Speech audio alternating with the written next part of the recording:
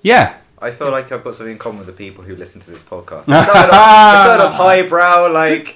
Do people listen? There's nothing called something. There's nothing called a fish or something. There's nothing called a fish. Whatever it's called, and then they've probably like done an alt-right route, and then they've ended up here. I've got a very devoted alt-right following. I'm sure you do. Yeah. My first thought when listening to it was, it's going to be a lot of. Well, in fairness, if you start, and they have crossover with the alt-right. But if you start a podcast with the question, National Front, good or bad? Yeah. What do you expect? What's the National Front? Like you don't know. You signed up member. Well, you moved here. I don't actually think we have that. Who's the far-right party in Australia? The one in power. The bliss of the abyss. Once upon a time in a land far away, a poor farmer and his wife lived all alone. They were very lonesome.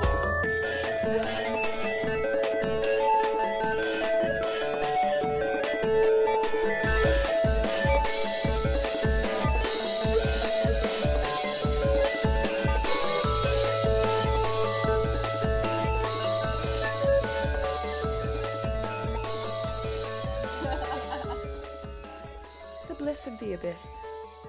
With Robert Newmark Jones. Anyway, look, welcome to my podcast, all right? Your podcast. I'm going to do an introduction separate to this without you guys heckling me or derailing me at any point. I'm not going to do it now. Do it now. Can we do it? How do you introduce your podcast? I will do it. That implies you don't listen. What's the phrase you use? Now, you see, this is the problem. Now, of course, you two are very welcome in a way. But also, I'd like to say... I'd like to feel it. Pipe down, number one. Shut the fuck up, number two. Stop fiddling with the gear, number three. The gear's not working. Oh, shut up. You have no idea. It's supposed to spin like that. It's been a long time since we recorded together. And I've just remembered why. Mood. Yeah. So let's explain for people who are... confused and tuning in. Why the fuck are First of all, do you want to introduce yourself or shall I introduce you? No, you should introduce us because that's what I'm accustomed to. Okay, that person talking... I don't know who he is. Oh my god. Do you see? This is going to be difficult. But it's okay, I can mute you all. Which podcast are we doing? Welcome to the bliss of the abyss! This is a teaser episode for our other podcast. This is to get people interested in our dynamic as a three. Doing that? Huh? Are we still doing that? Well, in theory we are. In theory. It's just, I don't know if you've noticed, but the world is completely disintegrated. It's ended a little bit. So... It wasn't really great before. No, but it's a lot worse now. Perhaps we could make it great again. So let me just quickly introduce, just do the framework of a proper show. That's how you do things. Did you become in charge? Shut up. This is my podcast now, it's not ours. That was Peter, the guy with the squeaky, annoying voice. Yes! And the big butch Australian to my left is Tom. Do you want anything else? Tom, Leo, Peter Hose, they're both stand-up comedians. They're both funny, quote-unquote, people, quote-unquote, and my quote-unquote friends.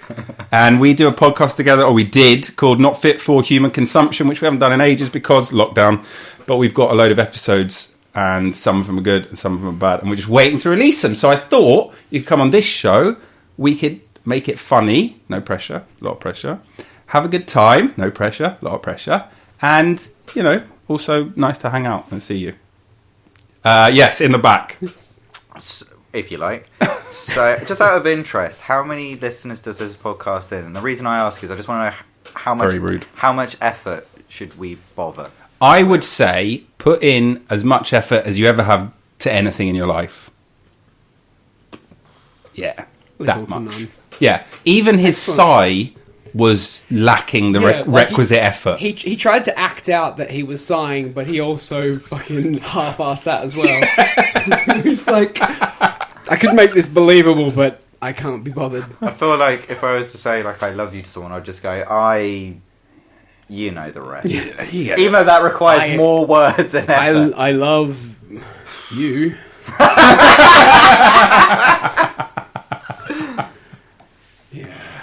Do you remember the first time you said I love you to Ash? I do. I actually said I love you about a week after I asked her out.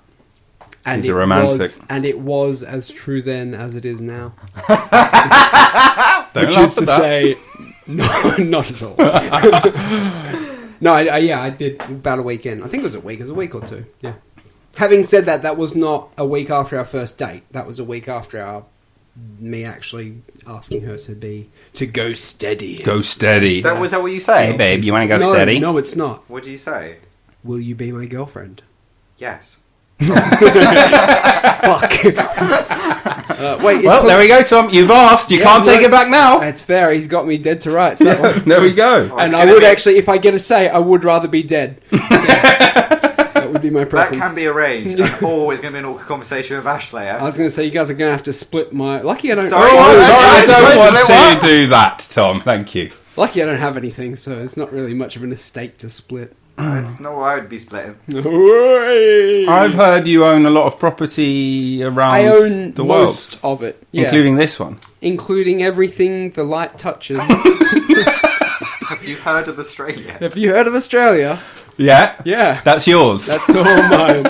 That's everything the light touches. I am technically China. Right, okay. Didn't you start the fires as a joke that got out of hand? I started the fires to remind people not to be complacent and, pay their fucking taxes. Yeah. Now, isn't the forest fire mascot some kind of friendly bear? Sorry, it has a Probably mascot. some sort of koala. Yeah, we have lots of forest fires. Well, it's not Australia's forest, known as the bushfires. land of mascots, just to fill Yeah. you in, Peter. If you didn't know that, Australia, full of mascots. Loads of mascots. That's actually the only reason why we let the native species exist, is so that we can make them into mascots. Native species, I assume you mean koalas, kangaroos. Yes, Ruskin. Thank That you. is what I Thanks meant. for clearing that up. So your mascot for the fires was a koala, but was it a badly burned koala? Not that I'm aware of. I think he was wearing a fire hat, Yeah. He was paying attention which is adorable. to protocol. And misleading, because koalas are useless. Like, of all the Australian animals to fight a fire or anything, you would not choose a koala. Ooh, I don't know. No, Oh, they're okay, useless. hold on. They live up trees. Yeah. Yeah, Which is made out of wood. I wouldn't call what Highly they're doing. flammable. No, I know. I'm not going that way because that's a disaster. I meant if you put a backpack on each koala with an upside down water bottle, then it can rain down precious forest fire quenching. Whereas a shrew, I assume you have shrews over there. I'm sure we have something akin to a shrew. Akin to a shrew. Bandicoot, I imagine. They would be worse at fighting forest fires. Ergo, koalas win. I've got an alternative. You in the back. Fill up the kangaroo's pouch with water, and as it's jumping around, a little splash here, a little splash there.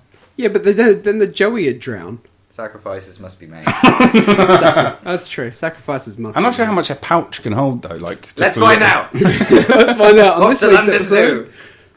Do they have kangaroos at London Zoo? Fuck yeah, they're cheap. Wow. They're cheap. They're 10 a penny, aren't they? Of course they're going to import They them. are everywhere. Yeah. They are quite literally. If you live in the country, you've got kangaroos in your yard most mornings. Morning.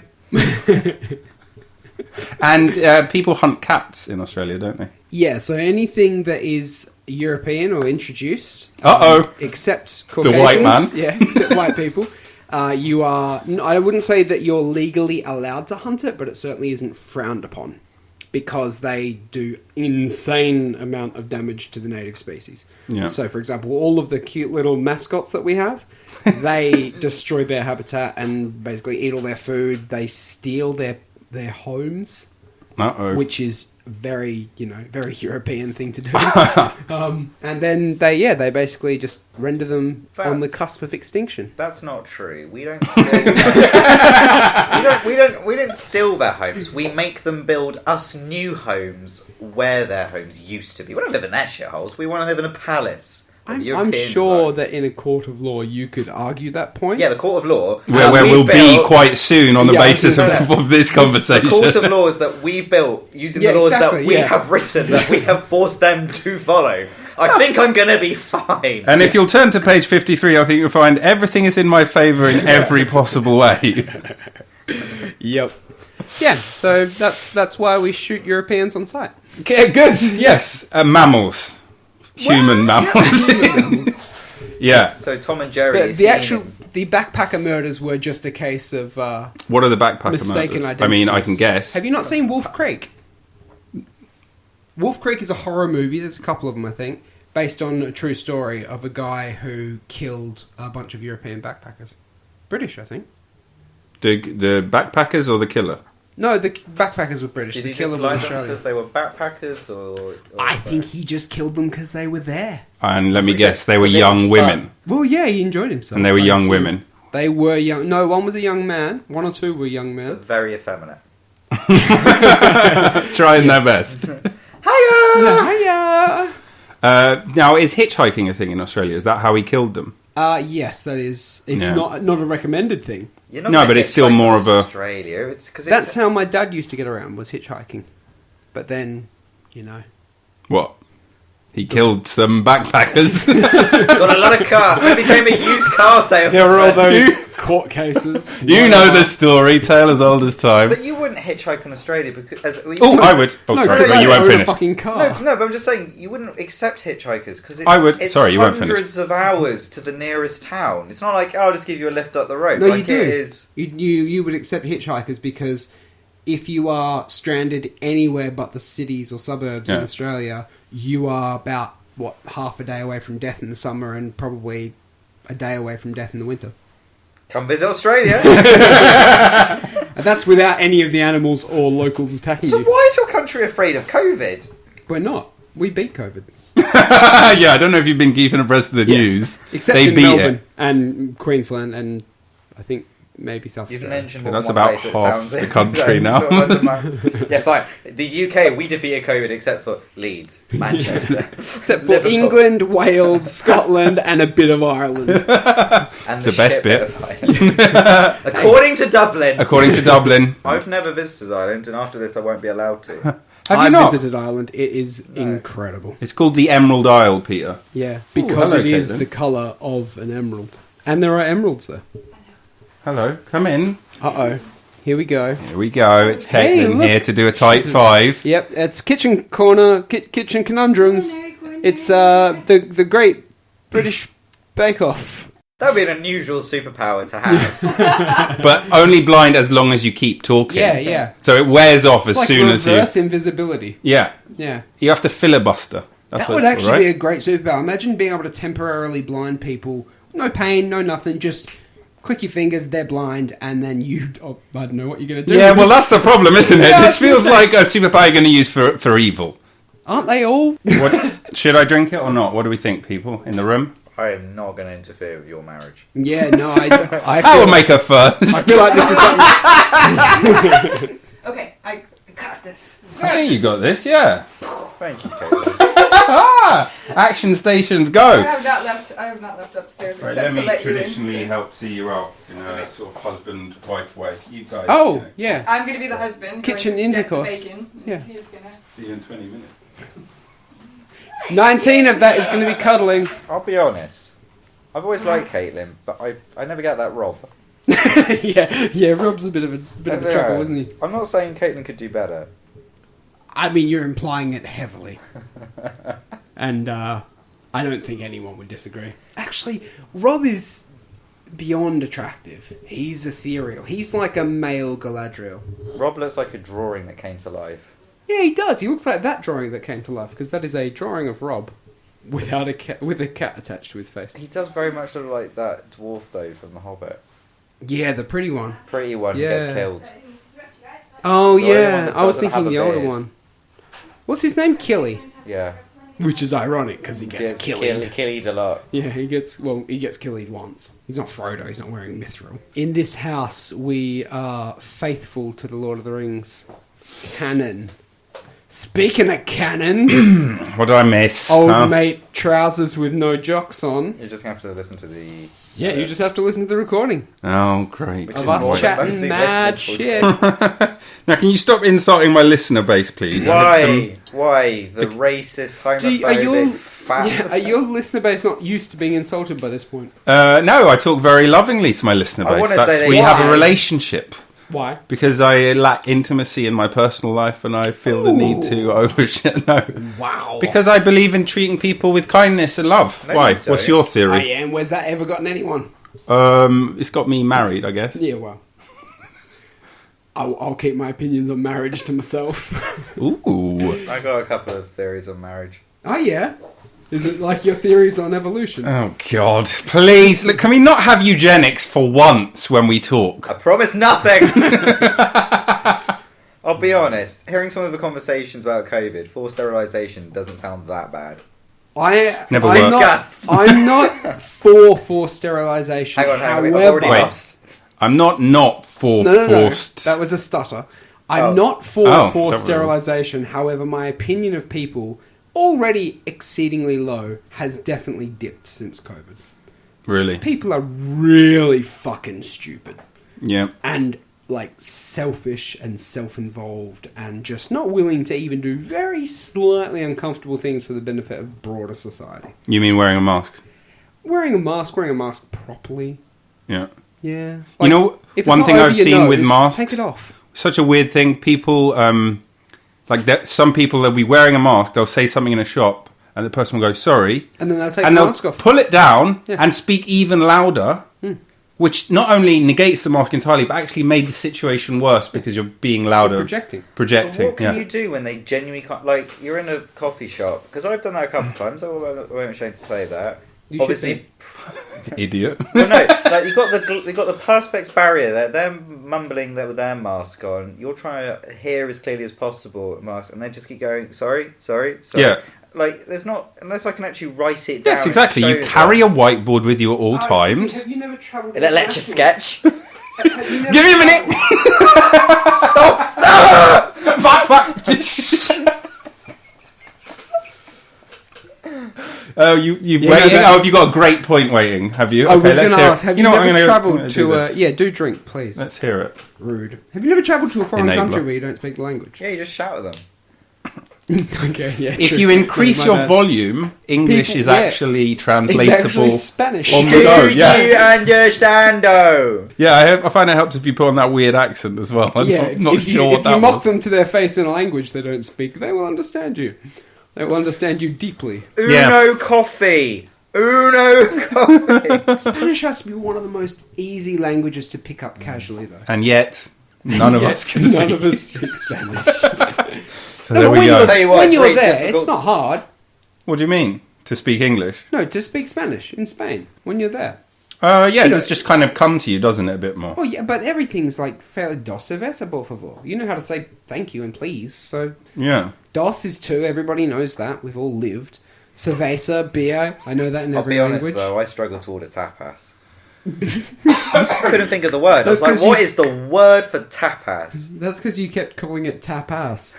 It's tapas, not tapas. Tapas. It sounds like you're Tapas. ridiculing a donkey.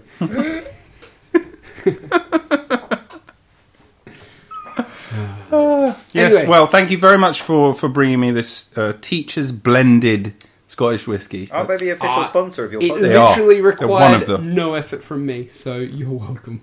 You're so welcome. Just like teaching. Just like teaching does. Requires no effort. No effort from Leaves me. a bitter taste in the mouth. Because I'm not a teacher. And you instantly regret it as soon as Now, thanks for taking part in the test and trace system as you entered my house. Yeah. Scanning the QR code, having the swab. I'll be honest, the back of my throat still hurts. Yeah, That well, was a that's, thick swab. usual. I've got your results.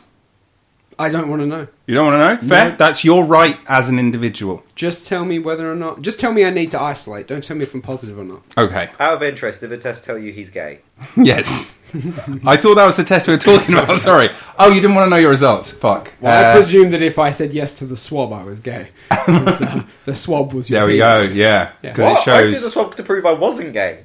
You failed. that was the test. See, for you, I gave you a different test. I didn't even swallow. Well, it was reverse psychology, though. That proves it. This has to be the most puerile through line we've ever done. Well, no, you should listen to the 20 or so hours we recorded before this. Utter shit. I feel like we didn't do a podcast. What we did was we were recorded by our psychiatrist to determine the course of treatment. Yeah. If somebody, like... If I came to in a padded Wait. room... Sorry. Even Sorry, I you- resisted that. Sorry, you were literally trying to raise the bar and I dragged us further down. Sorry, if you came to... If I came twice in a padded room, If I came to an padded room... no one was there to see it, did it really? If you like listening to someone try and say something and then being interrupted repeatedly, watch... what's that podcast called? Not Fit for Human Consumption. That's and you can't watch it either. It's not Holocaust. No, it's not. I've put it through the censors. Apparently, that's going to get us. No, Holocaust. Well, we might get, we'll get a shot on Alex Jones's network. We'll, the alt-right will... HOLLOW cast. Oh yeah, I always find Holocast. the thing that always stops things being racist is spelling. Yeah, no, fair. I'm not a big fan of puns. I know you're about to make a point where you're coming to. I came as well. Don't worry. All I was going to say is that if I came to an padded room and a doctor told me that the last 3 years of my life had all been a fucking really bad mental breakdown, and that you guys weren't actually real, and sort of like a Truman Show type. Yeah, like a really depressing Truman Show. Yeah. It'd hurt, but it wouldn't surprise me. What would you do? Would you try and convince them that you were sane, or? Well, I'd ask them to stop treating me. Why would? Because it's been a lot of fun. So what you're saying is you are sick, but you've enjoyed the sickness. I think that if you are... And this is probably not the right ethical stance to take, but that's never stopped me before. Here we go. I think Disclaimer. if you're sick mentally to a point where your delirium or delusion is making you happy, and you aren't in a position to harm anyone, is it ethically okay to take you out of that into the real world where you will have to face, all this shit? Which is going to cost the state more. Hey, capitalism. But life's fucking hard anyway. As opposed to living in a padded cell. If you found a way, but you're not living in a padded cell. Your body is existing in a padded cell. You're living in a fairy tale land. Oh, whoa, the Matrix. No. I'm thinking religion. Yeah, I'm thinking like a religion or LSD trip that's just permanent. Or have you ever seen what's that? Well, that chick that falls down the hole with the rabbit. Alice in Wonderland. Alice in Wonderland. Yeah. Sorry. Tom's one-line reviews of books. No, yeah, his synopsis. The girl that falls down the hole with the rabbit. That chick, I believe. The chick that falls down the hole with the rabbit. Alice in Wonderland. That is a thing. Oh my god, can we think of some more things? Tom, one-line review. Tom, one-line review of A Christmas Carol. No. He has to just give us the one-line review and we have to guess guess the book or movie? Okay. Is The Christmas Carol The Old Bloke and the Ghosts? Here we go! We're on to a winner! Do another. I don't know. He's only read 3 books. I didn't read them. They were read to me. By the people in the white coats. Yeah, no. I just think that would be morally, at least, ambiguous. Wait, what film is that? Never heard. Shawshank Redemption. What do you think is the most overrated popular movie? The most overrated popular movie? Yeah, just repeat what I just said. I did, for clarification. It's a good question. It is a good question. I think that I don't have an answer for that because this wasn't in the pre-interview, and you're not supposed to throw me curveballs like this, Cody. This is meant to be a softball session. This is supposed to be. You were supposed to softball these in. Is that the phrase? Am I turning that phrase correctly? If I came to, I think. How about like Grease? Not that I've actually seen Grease. You've never seen Grease? Yeah. No, not that I plan to. Very problematic to watch. Is it? Yeah, you just mean as in it's difficult to stay awake for that long, or no, you just shouldn't wank over it. But... Okay. No, but like the things. I avoided. Oh yeah, but isn't it set in the 50s or something? Oh, or the 70s or no 50s. It was filmed in the 70s, but the what makes problematic is like saying it's fine to just change for boy. And you mean like okay the whole storyline? While I was watching a drive-through movie, like it's fine. Is that what happens in Greece? I thought. It's messed up. Like by. Oh, she's pregnant. She's a pariah. Yeah. Oh no, she isn't pregnant. She's one of us again. Better. Yeah. Okay, to play Devil's Advocate, although I haven't seen the movie. I've not seen Devil's Advocate. It's not a bad movie. It's quite good. Al Pacino really hams it up. Keanu Reeves balances him out. Is that true? Yeah. Please say Al Pacino is actually an advocate for the devil. He's the devil. He's the devil. Yeah, in the movie too. I mean, spoiler alert, obviously, but yeah. He's the devil. He's the devil. That's kind of all you need to know. He's also a lawyer, hence the, kind of... Yeah, I mean, it's not. It's That's an amazing concept, and how have I missed this? It's a good movie. yeah, it's like the late 90s, wasn't it? Is Yeah, there like a classic something like that. line from it? Huh? It's a classic line. No. Yeah. I mean, we could look up quotes from... Hail Satan. Yeah, there we go. Sorry, just for our sponsors. That's his Tourette's kicking in again. I just forgot to say it at the start of the podcast. My bad, yo. It's not particularly... Oh, what about the Tom Cruise one? I think that's well overrated. Top Gun. Top Gun. People can fuck off with their Top Gun thing. Yeah. And they're making another one. Fuck off. I don't want it. I don't need it. Generally speaking, enjoy Tom Cruise movies. Top Gun is not one of my favourites. Exactly. I liked Oblivion. I liked that Tomorrow one. Whatchamacallit? Edge of Tomorrow. Love that movie. I think Minority Report's underrated. Minority Report. Yeah. I was just reading about that, weirdly. The director who made that got blacklisted by Hollywood. I was reading in this whole Minority thing. Report? Yeah. Sorry, you got blacklisted. What? Like the 50s? What? Wait, No, the Minority Report No, in the the McCarthy 90s. laws. No, I'm just saying, like, there was actually an official Hollywood blacklist. Yeah, for communists. Yeah, no, I mean, it's just used colloquially now, just to mean you'll never work in this town again. It's Why? not an actual list on black paper. Because you know what he made after Minority Report?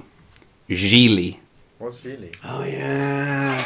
No, what's Gigli? Gigli was a film with, I want to say, Benifer, that's it. Ben Affleck and...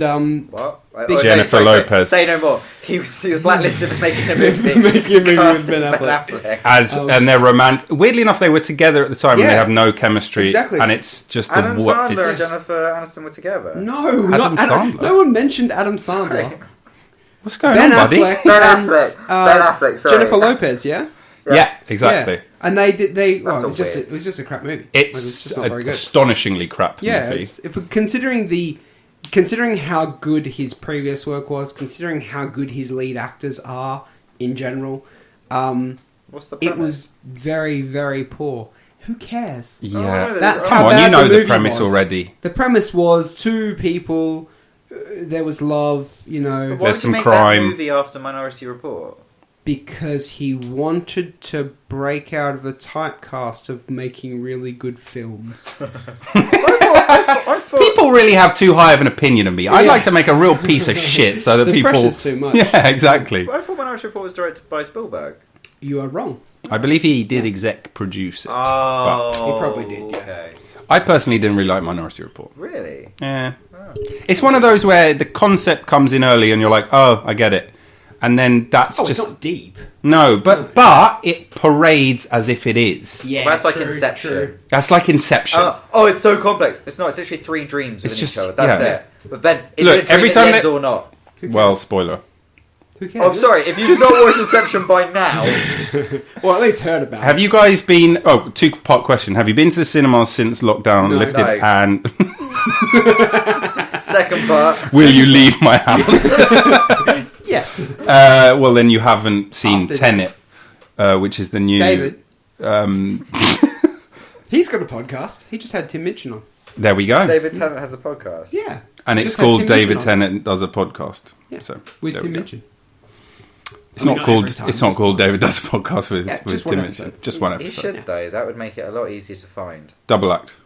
David Tennant and Tim Minchin. Okay, No. you can do a Tim Minchin impression. You can probably do a David Tennant find impression. that Oh, 3, I don't know about 2, that. 1, go! Who's interviewing who? You didn't establish that. Well, it's David Tennant with Tim Minchin, so you're interviewing Tim Minchin. Yeah. You fucking idiot. Ooh, That's not how Tim it's a Minchin fiery That's atmosphere exactly- already. Excuse me, have you met Tim Minchin? Doctor Who. So I'm joined today by Tim Minchin. How you doing? Yeah, right. Great, and that's all the time we've got. Oh, I think we're going to be sailing to the top of the charts. Scene. Do you know I was Doctor Who? No, I'm going to need 5 minutes to come down from that emotionally. It was a Fun fact. real roller coaster. Fun fact. Yes, in the back. So you know David Tennant. No, Jimmy would look like this. So you know So David. don't interrupt. As opposed to everything else Peter has ever said, you might actually I enjoy promise this. you guys, this won't be the worst thing you've ever heard ever. I've It's been not saving about it. me. It's about my mum. Oh, yeah, come on then. There we go. Oh, he knows how to set the story up. So you know David. Oh, I know David Tennant's recently done that drama about Dennis Nilsson. Yes, right. Tom, do you know who Dennis Nilsson is? No. He's one of you. So yes. Dennis Nelson was a notorious. Sorry, this is gonna have a trigger warning now, isn't it? Are you one of those? Do you have trigger warnings on your podcast? Absolutely. Oh well, if you're easily triggered, please listen. So Dennis Nelson and grows up. No, I can't say that. Dennis Nelson would invite gay young men round his flat, murder them, and dispose their bodies, often by like shoving them down the blender. And he was discovered because basically like the sewage pipes were blocked up with body parts. Fun fact: he worked with my mum at the time he was arrested. This is huge. And because apparently very lovely, very polite. Always asked how all your the day cliches. was. But the thing is, right, because this was the 80s and they didn't believe in mental health, they were like, they said to the office, take the rest of the day off. So that was it. No counselling support or anything, just have the rest of the afternoon off. Yeah. And then back and maybe like, here are some tablets. But honestly, how mentally distressing is it to find out your co-worker's a serial killer? He didn't kill you. He didn't kill anyone you know or love. But if you think you know it's someone and it one turns out less they're person you blending have human to beings. remember at Tom, Christmas time. It would be, One less person you have to... Tom, it would be as shocking as finding out that you're a decent human being. Which No, you're not making a good case for. That would fundamentally change the way you perceive Reality. Yeah. Finding out someone's a serial killer is just slightly inconvenient. What would make you a serial killer? What? Sorry, what? What would make you... Also, sorry, the barrier for being a serial killer is so low. It's just 3 people. It doesn't have any motivation. No. Wait. The psychopathology of a serial killer is not just kill 3 people. I thought that was the rule. Do you know? Oh, just kill 2 That's what a serial killer would see. That's a connoisseur. How dare you! Clearly you know this in and out, so tell us what is the psychopathology of a I serial don't killer? know it intimately. Just... I'm not that arrogant. I would never read up on it I myself. just thought it meant you killed 3 or more people. No, you have to. So you have to kill them Google it. in the same manner. You have to kill them with like a particular reasoning in mind, a particular pattern of targeting. An But hang on, MO. this is A a bit method, like. yeah, Hang on, this is a bit modus like operandi. what is art? Because No, hear it's not. me out. Because you could find many different bodies that have been killed in many different ways, but the reasoning behind it could be the same. No. You could. No. And you're actually presuming, like, you have to know the artist or killer in this instance to understand what is art, aka what is a serial killer. No, because it doesn't- So you're both right. It doesn't matter what One art is far is. more right than the other. It doesn't matter what art is. Like if you show me a painting and I say that's not art. So, Tom, you are now equating a killing with art. Well, Depends how you do it. I I'm suppose. not. I'm not. Stab. A serial killer is typically a person who murders 3 or more people, usually in service of abnormal psychological gratification, But not necessarily. Shh, let the man with the finish. murders taking place over more than a month and including a significant period of time between them. While most authorities set a threshold of 3 murders, others extend it to 4 or lessen it to 2. So the psychopathology behind the murders is what makes it a serial killing.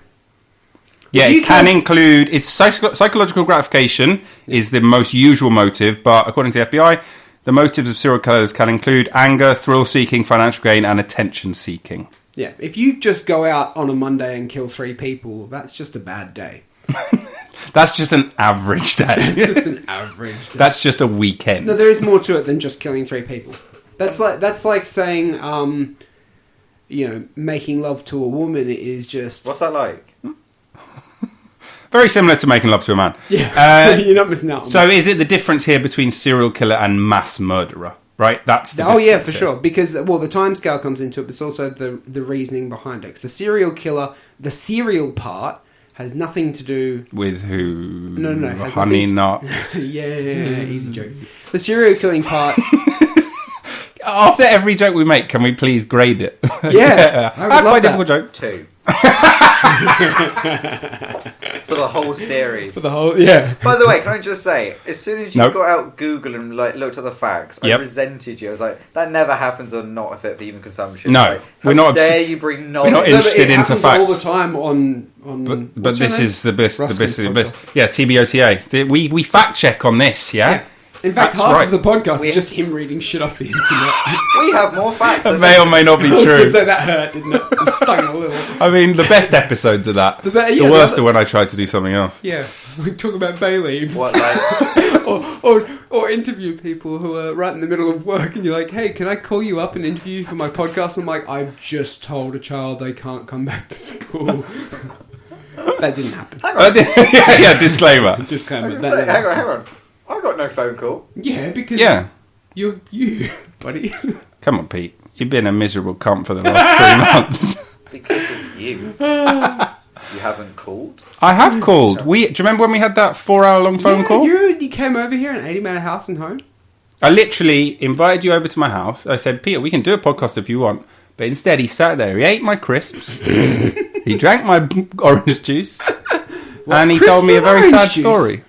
Crisp and orange juice. Yeah, it's a classic. Actually, no, we didn't have that. I'm being silly, obviously. I can't remember what we had. We did have a nice meal. No, we didn't have a meal. Yeah, we did. What's wrong with these two guys? I think we had sandwiches. Do you remember? Yeah, sandwiches. We had Food sandwiches. they ate in a conversation that was really sad and is not going to entertain their listeners. No.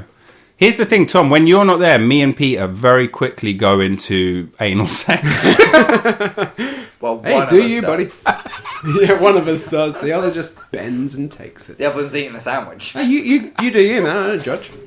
I love gays. What are your thoughts on... Me too. What are your thoughts on introducing food into the sex environment? No, tried it, don't like it. Yeah, I feel What, exactly. sex or food? Yes, sex I could take or leave. Food, I Look at fucking him. love I it. think it's clear. I find that the sex gets in the way of the food. Let's be honest. I don't want to have to wash my hands after eating ribs. Ribs. No one's introducing ribs into the sex Why the fuck not? because it's always something like They're whipped the- cream No, or no, you know it's yuck. Smarties up the arsehole. Is that a thing? I have no idea. It's the fact that you're going to get your own bed sheets dirty. No, you're not. You don't do it in the bed, you psycho. Why did you do it? God, somewhere Kitchen. where the cleaning is easier. Yeah, where there's wiped down surfaces. Her parents' spare room. I'm genuinely confused. Yep. Scene. That'll be Peter's podcast coming out in No, 2009. I'm going to do a podcast of my own, actually. Boo! I came up with the idea first. No copies. Of podcasts. Oh, sorry. Like, I'm going to copy this dream format. For the listeners listening at the listen moment, I'm not going to do a podcast. You're welcome. Yes, you are. You're in our podcast. No, Oh yeah, no, I'll do a podcast with you. I'm Can not I going to do my just own say that this podcast. podcast might genuinely have value because it's not just me? No, you may not. Oh, In okay, fact, you're not even in it. It's going to do great. well. Sorry, what I mean is I'm Are listening to a you podcast. producing a podcast but you're not on it? So tell us. Exclusive. This is the weird episode of a podcast. This is mainly a podcast about other podcasts. No, we don't have to talk about it. Just No, you should because now I've set it up. okay. So I can cut it if it's boring. Yeah, No, okay. you will. So it's with Jenny, who's Who? apparently my girlfriend. What do you mean apparently? Well, I've said she's my girlfriend. She's gone apparently. Oh, okay. I see. So Is she that attractive redhead you keep bringing around? yes. Oh. Okay. Okay, cool. Yeah, So, cool. Hey, dude, all When right. she's Put not the being- gun down. When she's not being my full-time girlfriend, It is a full-time job. for which she receives no I was benefits. going to say, it's not really a job. It's more of a... Location? Incarceration. Calling. Community service. No, she's not serving the community. That's if she's an Oh, executioner. she is. She's taken a fucking bullet. I think we can all agree there. It's not all she's taken, but... Oh, 3. 3? Yeah, no. I would have given it a 1. Why? honestly. Who with? Not me. I felt bad doing it. I give it 6.9. Which is what she says. Go on, carry on with your boring podcast story. 2? Just for the listeners at 2? home. No, not a 2. Whenever That's Peter what she bombs a says. joke, we just like to stare at him until he weeps. Mm. Continue with your life story. So Jen, when she's not my full-time carer, is a sometimes doctor, and Sometimes, Doctor. That as in, like, sounds she's very dodgy. she's Tom. She is a. That's the first one. 4. I use that code. No, but she is a proper doctor. Proper doctor. And, Proper doctor. Proper doctor. She is shocked by my lack of medical knowledge, and I've assured her that my lack of medical knowledge is probably the equivalent of the average member of the public. No, it's not. It's better, which is depressing because you know fuck all. I didn't even know where the liver was, and I didn't realise that. know where the liver I thought was? the 2 intestines were separate. I didn't realise the large one went into the small one. I generally What? thought one was for poo and one was for wee. I am 30 years old. What? That's not a bit. That No. is beyond That's depressing. it's funny enough to be a bit. 5. Peter's just knowledge, or lack of knowledge is a fun. But anyway, so Ignorance. she was like, "Why don't we come up with a podcast where we like we Where covered she different mental mansplains concepts. shit to you. And it's called. It's yeah. called. Wait for this. Educating Peter. Okay, That's like incredible. educating Rita. Yeah, thank you for explaining that. How thick are your listeners that they don't pick that up? Oh. Mate, Okay. with 3 C's. Okay. That's how thick they are. But I thought the three diseases they have all begin with C. But They're bedbound. Anyway, Chlamydia, cholera, and high cholesterol. I'm not going to allow it. No? You snuck in the H. No way. But I can't just say cholesterol because that's not a disease. Well, I think you're missing the obvious C disease. to be I honest. don't know. We're not going to go for that. Do you Fair- know why? fair Because enough. it affects 1 in 3 people. And you know what? If the listeners hear us talking about that, then it's going to remind them of the person they know that has it, and it's going to make them sad. And the objective Well, of this they should have a Happy podcast... No. The objective of this podcast is not to make people sad. No. It's to inform them about the bay leaf and its many uses. That's right. Out of interest. The bay leaf, by the way, cannot be used to cure cancer. No. Although you can try. You can eat the fuck out of them. Eat the fuck out of a baby. Koala up a gum tree, In fairness, but a human up a bay tree.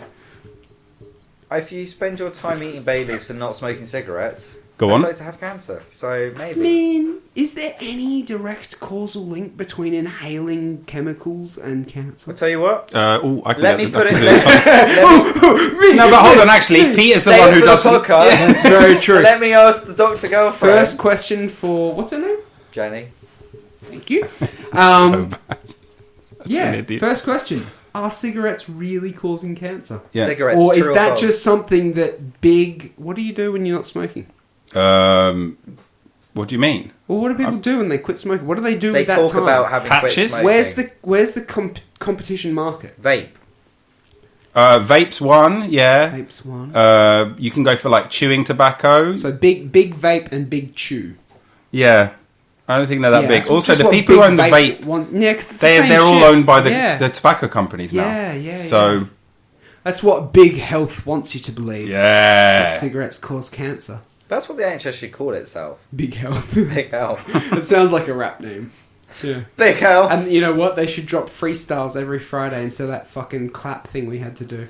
that was Thursdays, Which every wasn't it? doctor I've spoken Hated to it, I know. hated it. They also said 'Cause you know I'm what? too tired to like listen to it. I'm Yeah. just. But also, like, Oh, clap for the miserable NHS, fucks. but don't vote for people who would fund them. They were like, just pay more tax. I don't mean to get Just pay more political on your tax. podcast, but No, clapping actually, for we someone is can fucking get a pointless. little bit political on this podcast. That's fine. Okay, Can we? don't clap for the NHS. I will tell you when vote it's in a over. political party that can fund them properly. Do you know what? I don't think Nigel Farage is that bad. And that's all we have time for Oh, this there we week. go. I knew, Next I knew week it it'll would descend. Just be me and Ruskin, because I'm going to cut Peter's fucking throat. I'm going to do 2 administrative things here that are not to do with the podcast. Number 1, I'm going to draw the curtains to. Number 2, I'm going to offer you guys Why don't you another beverage. draw Would you them? like, Yeah, something with alcohol.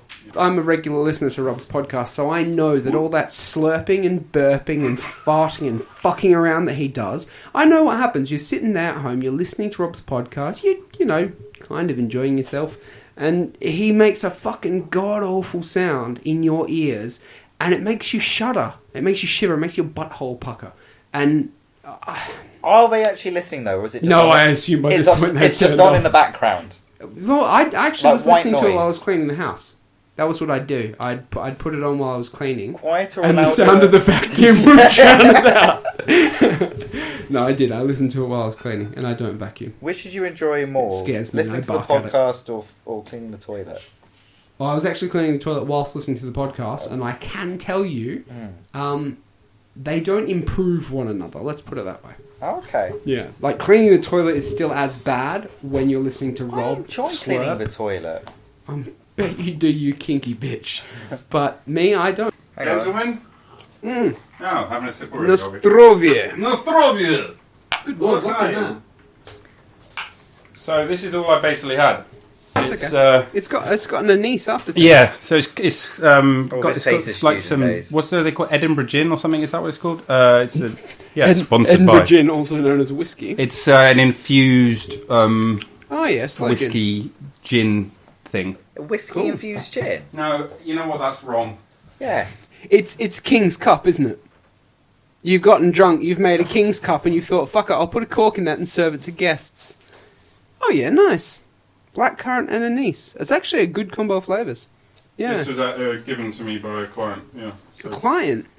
Don't you teach kids? I didn't know you were back in the game. Listen, it's COVID times, mate. You got to do what you can. OnlyFans is popping, apparently.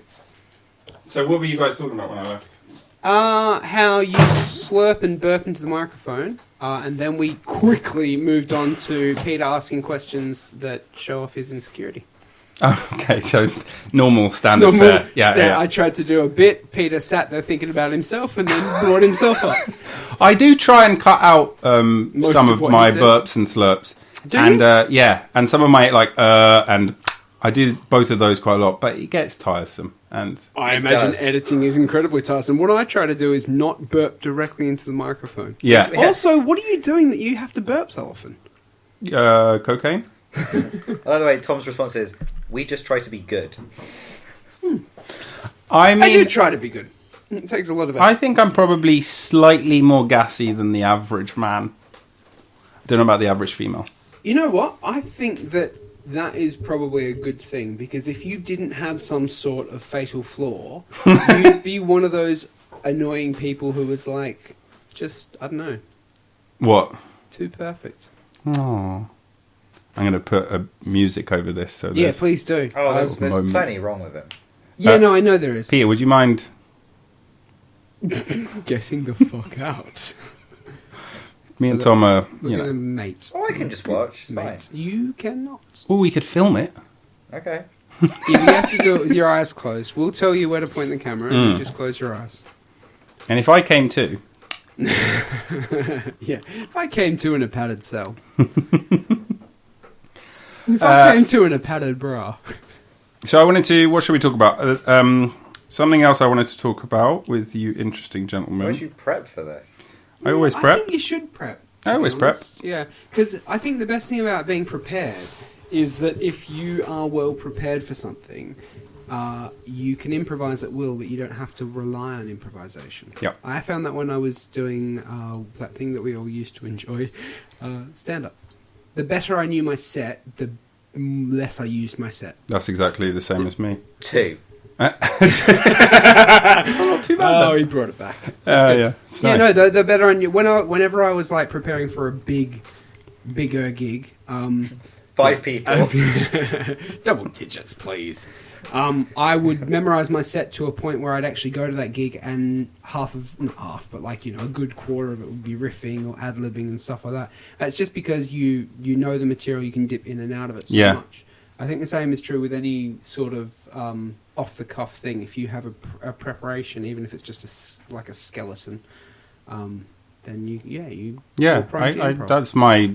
Do you have a different theory, This is Peter? why That's we used definitely to do mine. comedy and don't Yeah. do comedy anymore. No. No. But you talk to people who are still doing comedy nowadays, and they're They're putting not. a brave face on it. But They're not. my I'm going God, to one it's- tomorrow night. Are you? Where are you going? To a mate. I can't remember the name of the place, but a mate of mine who I did comedy with for Yonks is doing a show with all of his favourites, and it's going to be great. And he invited me to come and watch because I'm not one of his favourites. Clearly, yeah. That's harsh when he knows you do stand-up and then you're not invited on the bill. You're just like, do you want to come and watch? I think he was inviting me because he asked me, "Hey, you still doing stand-up? Are you back on stage yet?" And I was like, "Not yet, but I'm keen." And he goes, "I'm opening a night. Come and have a look," which is kind of his way of saying, like, come and. Tom's picking himself Would up join here a in. little bit, it feels. No. Just like come and have a look. Come I'm to sure the he show. Sit in the audience, pad the room, and go up next time. I just don't think it can work where there You are mean gaps. stand up in this current Yeah. environment? You need a crowded, free atmosphere, and I just don't think you can achieve that. There is something different about open air shows, I think. I agree with open air shows, but we are now heading into autumn. Yeah, those are Yeah. going to dry up, aren't And they? we're also heading into fucking stage 4, so... Yeah, second wave. At the time of this recording, we are, what do we have today? 4,000 something cases? New Whereas cases? 1 million have died worldwide. Yeah, is So it we're has it doing reached pretty 1 million now? But the thing about this second wave is that the deaths are not anything like they were. No, they're not. So Because- we've got the same amount of cases as in the first wave, but the Yeah. deaths are basically on the same level as they've been since it all Yeah, they're flatlined. not as bad. Not as many. There's still as bad. Nowhere near as Yeah, many. There's not nowhere near as many. which is good. I think that's due to preparation. I've had a few different people from the medical field give me similar but slightly different answers. Like hospitals are better prepped. They know how to spot it sooner. They're actually like testing for it now, so they can intervene. They know what things are going to make people prone to complications. Do you think also the most vulnerable have been, killed off? Yeah. I mean, by that initial wave, so that the people who are left are less susceptible to it? Or do you think the virus, because viruses mutate and get weaker, don't they, as they spread out to survive? They can get weaker, they can get stronger, they can do... Because if they get too strong, they kill off their host and they don't transmit as well. There is a sweet spot, for sure, yeah. Sweet spot. but there are, I'm pretty sure I've read something about certain viruses making them, like, they're horrible viruses, but they make themselves obsolete because they become too potent. Yeah. And so they don't spread as virulently because they kill off their host too quickly. Well, yeah. Oh, I guess also the other thing is they thought ventilators were a really good idea the first time round because COVID attacks your breathing. But it turns out that was not an effective thing. And in fact, quite possibly. Probably killed a lot of people. I'm not a medical professional, so I feel like I shouldn't but Peter speculate too much. Peter is not any sort of professional, in fact. You do not poo through your lungs. You do not poo through your lungs. Dr. Peter Hose there, everyone. Doctor of... Buckle. Yeah. I mean, very I was going to say quiet philosophy, section. but then... I'm aware of what I do and who I work with, and I was like, I cannot say anything on this. I was going to say, I don't actually know, I just read a lot. This would be a career-limiting podcast. No, I think it's fine. People aren't coming to this podcast expecting expert medical advice. You could do the thing of going, I've heard... Or any expertise. I've heard is what you could do, like, according to some. Yeah. Yeah, I don't know. Anything I say I've read in a fairly valid scientific location, but it's all just... Nothing is concrete, it's all speculative. All I know as far as I'm aware. All I know is Brexit can still happen. Oh. Here we go. 2. Yeah, 2. There are reasons to think Brexit was difficult. Yeah. I mean, we didn't even really do it. I mean, Not yet. Mate, it's done. Give it till November. Done. It's not. What do you mean it's done? Like as in it's so yesterday? No, it's done. Yeah, it's get done. Brexit done. It's done. And now it's done. Done. Because he said done. Done. Yeah. Brexit. I see. Done. What about COVID? Work in progress. We're doing what we can. Yeah, stage 4. Stay home, stay safe. Do you think that we're going to enter a lockdown like we did before, where actually you weren't allowed to leave your house apart from exercise, closing all the businesses? We're not, are we? I can neither confirm nor deny. As someone who works for Public Health England, no, we don't have to. We don't have to talk about COVID. Obviously, everyone's fucking sick of it anyway. It's fine. Everyone loves hearing about the pandemic they're currently living through. I know, right? Woohoo! I thought instead what we could talk about is some famous first words memories. SARS.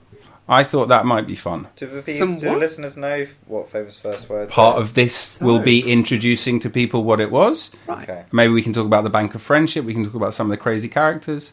I thought it might be a nice bit. And action. Okay, so That's how we met, isn't it? That's how we met. It Yeah. is how we met. I ran an open mic for quite a few years called Famous First Words. It was really called The Bliss of the Abyss, if we're honest about it. Well, no, it wasn't. In retrospect, it was the tagline of it was. This is what I said every week, but I kept it Famous First Words. That's what That's what it was. And it was an open mic in Highbury, and it was where we three first met, and it gathered a reputation as being one of the warmest, loveliest gigs in all of London. Despite my best efforts. No, I haven't finished.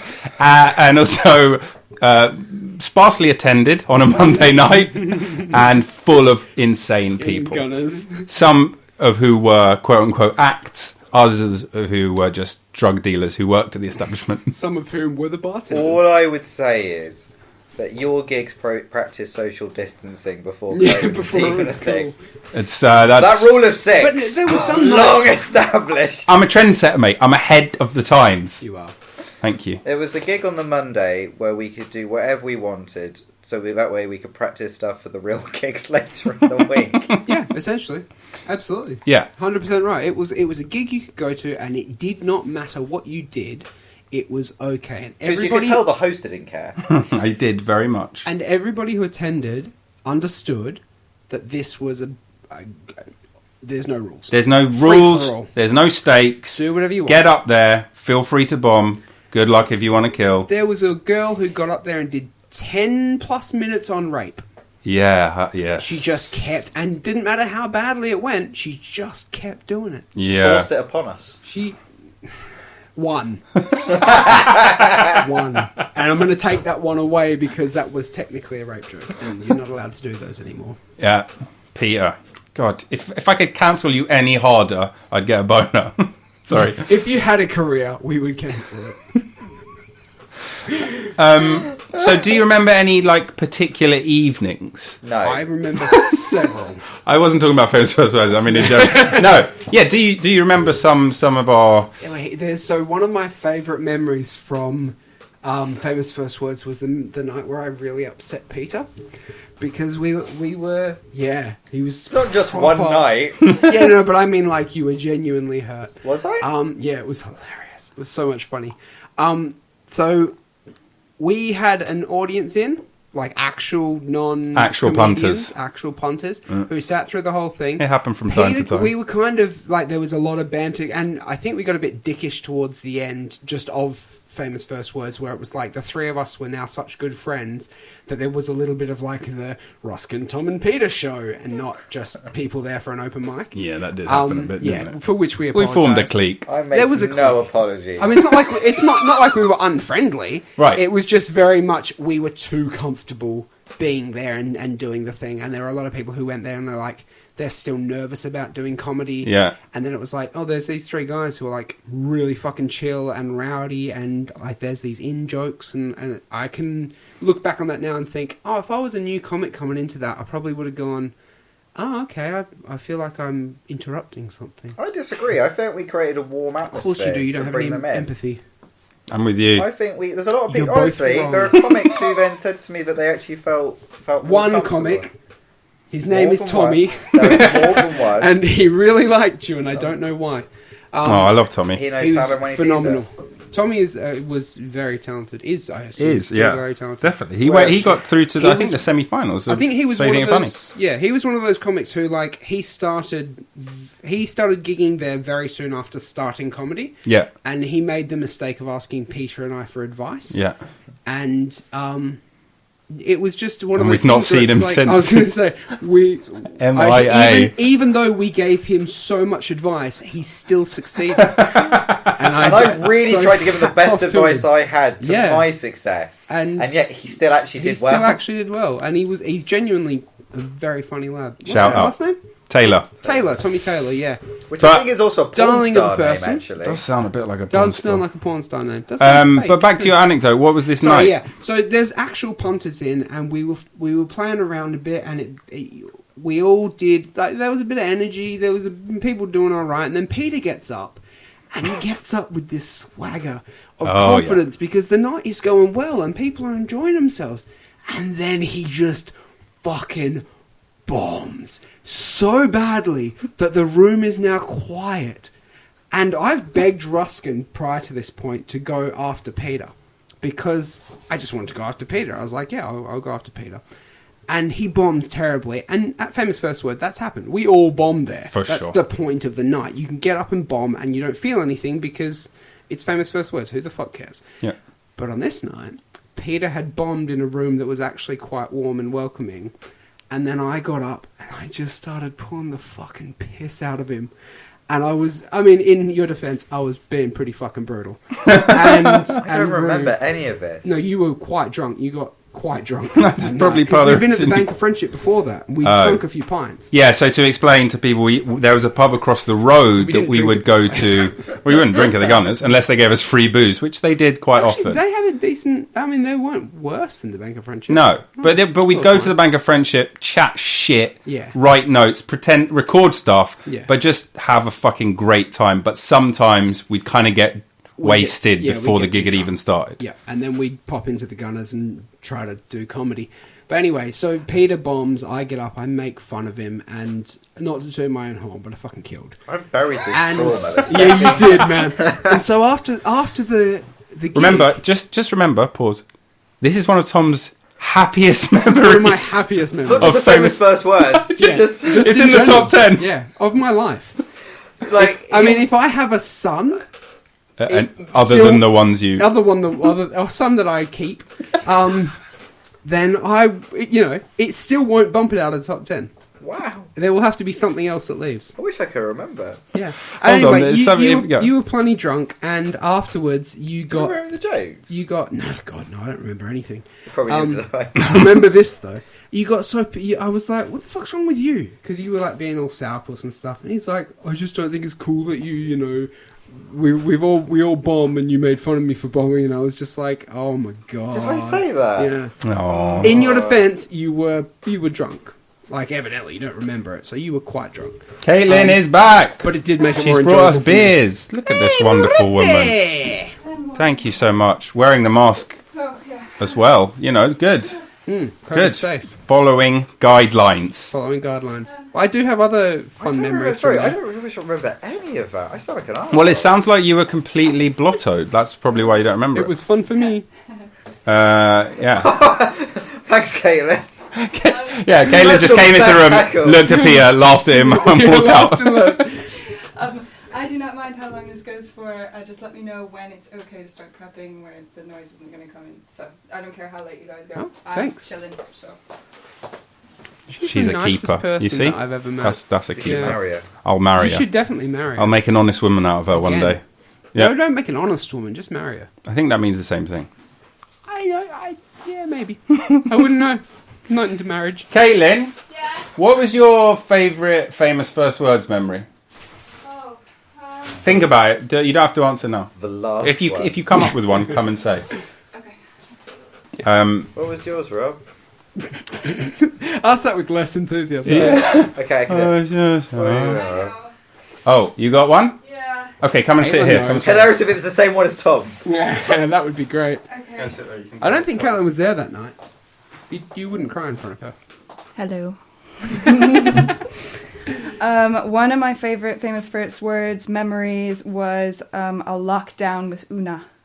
Oh. I remember that. And she just kept bringing bottles and bottles and bottles of wine. She and was then good like that. and then like shat on her husband. Sorry, I don't know if we're meant to publish that. But then was like, yeah, me and my girls were just gonna leave and go to this music festival. So she was like super cool and like young speaking, I guess. I don't know how to explain that, but getting multiple bottles of wine for free after a night of like decent like comedy, everyone's laughing and Decent. Put that on the poster. Yeah. Decent. It is a- Wife like a of the MC. decent comedy. She That did was put a it in really good inverted night. commas, just Yeah, Yeah. but when you quote it, it will be in inverted commas, so it doesn't matter. Yeah, I thought that was really good. That is, she was actually quite generous when she when we had a good night. Yeah. I just remember my favourite memory, actually. It's when Rob got into an argument with the landlord of the pub. Massive argument, had a proper rant. No, don't you interrupt. Yeah. Massive rant. Stormed out with a kind of said, like a really lovely tail off comment, like, actually we're very good for this pub, and then walked straight out, right? Just something like really kind of two fingers up, and then halfway down you went, oh crap, I've left my coat there. Went back, knocked on the door, didn't answer, called him up, and was like, yeah, thanks for the coat, cheers, right, see you next week. That's my favourite memory. Oh my god, that's brilliant. That's something you would write. That you would put that in a sitcom. That would Yeah. genuinely be a Yeah. written bit in a sitcom. That was brilliant, 'cause it was such a beautiful, the argument, you were Yeah. so just high-minded, and you were right, You were right, but you fucked the exit. I remember it so well. You kind of looked at me with this kind of rock star adulation. I was like, for once in my life, I'm cool. And then... You know what, Got my Rob? coat back. Here's the thing, buddy. You have to know that when you're pulling out of something, you're not supposed to leave anything behind. One. There are two other moments that You come have to more mind. than one happy memory. Yeah, I don't know if Welcome to real I life. feel like it's gonna like expose some people, so Fuck 'em. you No, can no, decide. Huh? If don't worry about that. If Okay. the story goes over, I can just bleep names. Yeah. Okay. Fine. So two things. I forget actually this comedian's name, but I think his name is Peter! Thomas. Who's It's a name? different Thomas. I think Is it it was Tommy? a different. Is it Tommy Taylor? Maybe I don't remember. He had like a Tall. surfer vibe. Yeah. Cool. No, that's not Tommy Taylor. Oh, Was isn't his name it? Tommy though? Is it Tommy? on. Are Anyway, you thinking of the guy who would come down from Northampton? that's my whole fucking point, is that you had people coming for hours just Yeah, to come to people his drove for a night. long So he time. was one Really? who came. Yeah. Like he came. I'm like 2 stops. Yeah, I know. But it was a lot. It was like a long commute, and he had to Thanks, like buddy. always leave on Cheers, time. So there were lots of people who would like travel across London just to come to your night. So that's not a big memory, but it was nice when I learned that. That's number one. Number two, this is the one that you might need to bleep out. So I just like that you took opportunities to be kind to your, the comedians on stage, but also educate them. And one of my favorite nights actually was when a comedian who was really young and didn't understand that he can't just throw out a slur, and he used pikey, in his set, and he didn't understand why it didn't go over well with the group, because he was like, well, my mom is part of a traveler culture, so why am I not allowed to say this in my set? And it's like, it's not about that, it's how you delivered it. Yeah. And then I remember you sat and spoke, he came up to you afterwards and was like, I don't understand what I did wrong, and like you sat with him for like a good half hour explaining why, and I thought that Which was... it really shouldn't have taken half an hour, but Well, good on you. it did though. He It- was a wee bit slow. He was slow, that one. Yeah, so that I just like those types of moments because they're very surreal and unique to that circumstance. Yeah, they were. That was kind of the brilliance of Famous First Words, is that you could come there as a professional gigging comic, like your mate Shiraz. Yeah. Come in and do, 10 to 20 if he was prepping for something, and then piss off and do a real gig.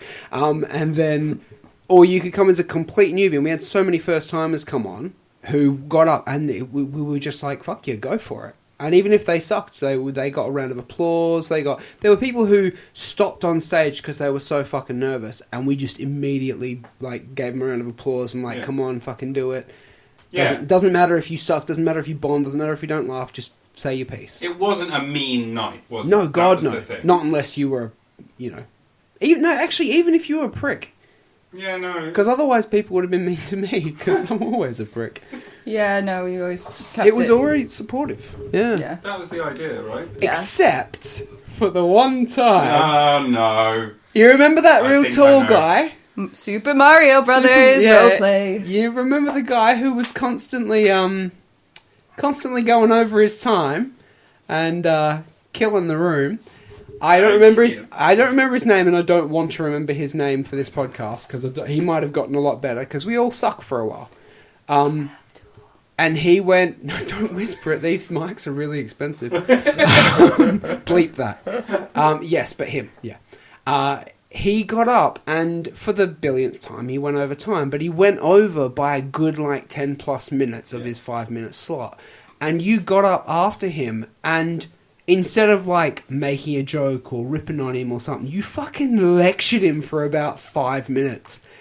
And then you was already overrunning, so you just extended it even more. Yeah.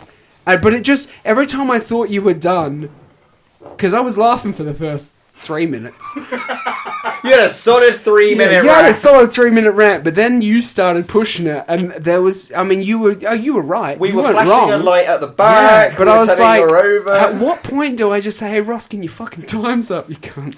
I feel like I had tried to be nice to him many times before, and he wasn't getting the memo. He wasn't getting it. And it just, at some point, you have to be put on the naughty step. Yeah. Well, at some point, someone's got to fucking point it out to you in a glaringly obvious way, because you're not getting the subtle stuff. Yeah. Did he apologise? Yeah, he's a sweet guy. Yeah, that's why I felt bad. Yeah, he's not a bad guy. He's just a bit clueless when it comes to social cues. Peter. It's all about tact. And his name was Peter Hose! Yeah, we're actually talking about you. I knew I was over. Yeah. But that was the other bit I liked about doing Famous First Words, was that if you'd been there enough times and you'd killed hard enough in the past, you'd give us liberties with time. Yeah. So if I had a 20 to prep for, you'd give me a 10 plus spot to work on stuff I wasn't 100% on. Yeah, absolutely. Which is really nice, because so long as you're doing well... Well, yeah, and let me be clear. If he'd have been fucking slaying it, yeah, we'd love for sure. But he was doing this half-baked bullshit that wasn't material. Oh, God. He was just spitballing some nonsense. And I was giving him all the signs. I stood there. I kind of tapped. I gave him the wrap-up. I did everything you could possibly think to do. Everything but say, Stop now. Yeah. I mean, did I come on stage and just physically kick him off? I know he eventually ended. He eventually finished of his own accord. He did like 20. But he said he did 20. On probably a 5-spot walk-in. Yeah. Oh, 'Cause yeah, he'd never book. he used to walk in all the time like he was, Yeah. like he was Peter, all right? Yeah, exactly. Or Shiraz, or someone who, comes there to work on actual material, but he never seemed to have, he never seemed to have anything he was honing. He was always just riffing. And I'm like, that's fine if you can do that. Yeah. But that's a skill that actually, that's probably more of a talent than a skill. Yeah. You can probably practice it. But You can probably practice it, but you're right. Off the top of your head. That's something that some people just don't have. I'm just pointing out to Ruskin that I burped away from the microphone. Lecturing me on mic technique. But you are sitting on the toilet. Well, we can't have it all, Peter. Plop. Just let me know. It was a case of he wasn't getting it, and you had to get him off because the whole room was just. That's the thing. If you're a comic and you're on stage, it's one thing to miss a light. Yeah. It's one thing to miss a cue from a guy standing behind you and off to the side. It's one thing to miss the beer being thrown at you. It's one thing to miss the fucking gunfire. No, but it's an entirely other thing to not read the audience. Yeah. And the whole audience, because they're mostly comics, knew he was over time, knew he was bombing, knew he had nowhere to go, because we'd all seen him before, and he's looking out into a sea of people, seeing our faces and going, They love me! They're loving it! I'll keep going for another 15 minutes. Like, no, dude, read the fucking crowd. If you don't have that, if you're not aware enough to have that one skill as a comic, maybe you're not gonna, do so well. What is that thing as a comic, though, where... As a comic? where is that thing where you know you're doing badly, but you just think, one more joke and this will get Yeah, for one sure. more joke, the next joke will do it. That's called hope, Peter. Oh, we don't have that anymore. I was going to say, is that what it is? No, we gave that long ago. Well, because you can sort of ride, it can get rocky and you can kind of ride it, and if you're able to sort of be self-referential and have a gag ready, you can turn it around. Oh, God, yeah. So that's the impulse, I think. You're like, I can still save this. Good comics will thrive off bombing a joke. Exactly. Because they're such veterans of the craft that they've bombed so many times that they know they don't panic when it happens. It's almost amusing. Yeah. To be someone who is told, 40 punchlines in a row and every single one is hit exactly as it's done 100 times before, and then you deliver a joke you've already delivered 100 times. It's always worked. You deliver it and it bombs, and you go, finally, something new is happening. Something new and interesting is occurred. Yeah. I've started to suck. Let's see how the fuck I get out of this one. And then you don't. And then you quit. And then COVID happens. And then COVID happens. You go back and you can use COVID to retrospectively say, no, I stopped doing comedy because of COVID, and then I just never really got back into it. The industry never really returned in force after that. It was real difficult, and I just didn't feel like I could go back there. You've been reading my emails. Yeah, I have. Yeah. What about you, Pia? Any famous first words memories? Any memories? Any memories at all? Seemingly not. Apparently not, huh? No, We spent so many evenings together there. Is it all just a blur? Pretty much. To be honest. I think the problem is you happy went blur. pint for pint with us. Huh? I think you went pint for pint with us, and you're For about sure. half my I am size, so you literally probably a pint actually... size in comparison. I was going to say, you probably died. I just tried out lots of new stuff, and I just enjoyed it. It was just a lovely way to spend a Monday and work on stuff. And then at some point it stopped being like the gig I try out stuff to do at proper gigs, and we was going, actually this is the proper gig and people should come here. Yeah. This is actually the real comedy. sure. Because there was no pretense. A lot of places pretend they're proper comedy gigs and it's still just the host and their mates. Yeah. But I say ours actually. Well, it kind of became ours, really, honestly. It did. But ours as in the comedy community. I actually felt like it belonged to the community. Yeah. And everyone was treated equally there. Yep. Genuinely equally. Like nobody, it wasn't like a boys' club or any crap like No, that. no. Germany was just like...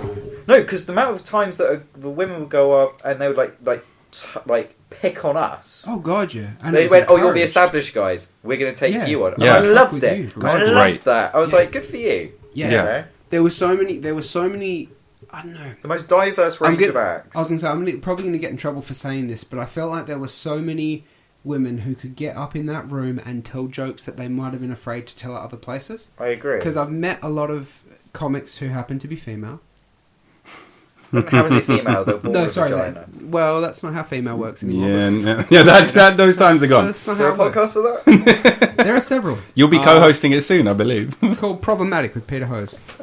No, there were several female comics who I've spoken to over the several years I've done this, who have expressed that they sometimes feel like they can't do their favourite material at certain nights because they feel like they will be judged harshly for saying things that don't align with the common through line of what's okay, and not just what's okay to say, because obviously there's stuff you can't say. Yeah. If you're a white guy, don't say the N-word. Right. You know, I should write this it's down. not hard. You should. It's being recorded, Peter. I'll send you a PDF, mate. Please don't fucking say. 5. Thank you. I'm going up in the Best yet. But no, there were people who expressed to me that they felt they could not say their favourite stuff, or they couldn't try new stuff in certain scenarios because they didn't feel like they would be allowed to fuck up without severe repercussions. Yeah. Because there is kind of that feeling sometimes where it's like, if I try something risque, something high risk, high reward, which is kind of the fucking whole point of doing comedy, is to toe that fucking line. Yeah. And they felt like it's not worth the risk anymore. Because if I fuck it up, and if someone takes offence, they can absolutely destroy me. If it's someone booking the acts, they can just blacklist me. Yeah. Or shit talk me to their friends. And if it's somebody in the audience, they can do all the horrible social media stuff that is warranted for some people. Some people deserve that shit. Because they're genuinely awful people, and no one's ever fucking told them. No one's ever called them out on it. Yeah. But a lot of the time it's not that. It's just them. Talking to you, HW. But sometimes it's just, it's bullying. But you're bullying from a position of claiming to have been, offended by something, and then you take it way further than it needs to go in terms of punishing that person.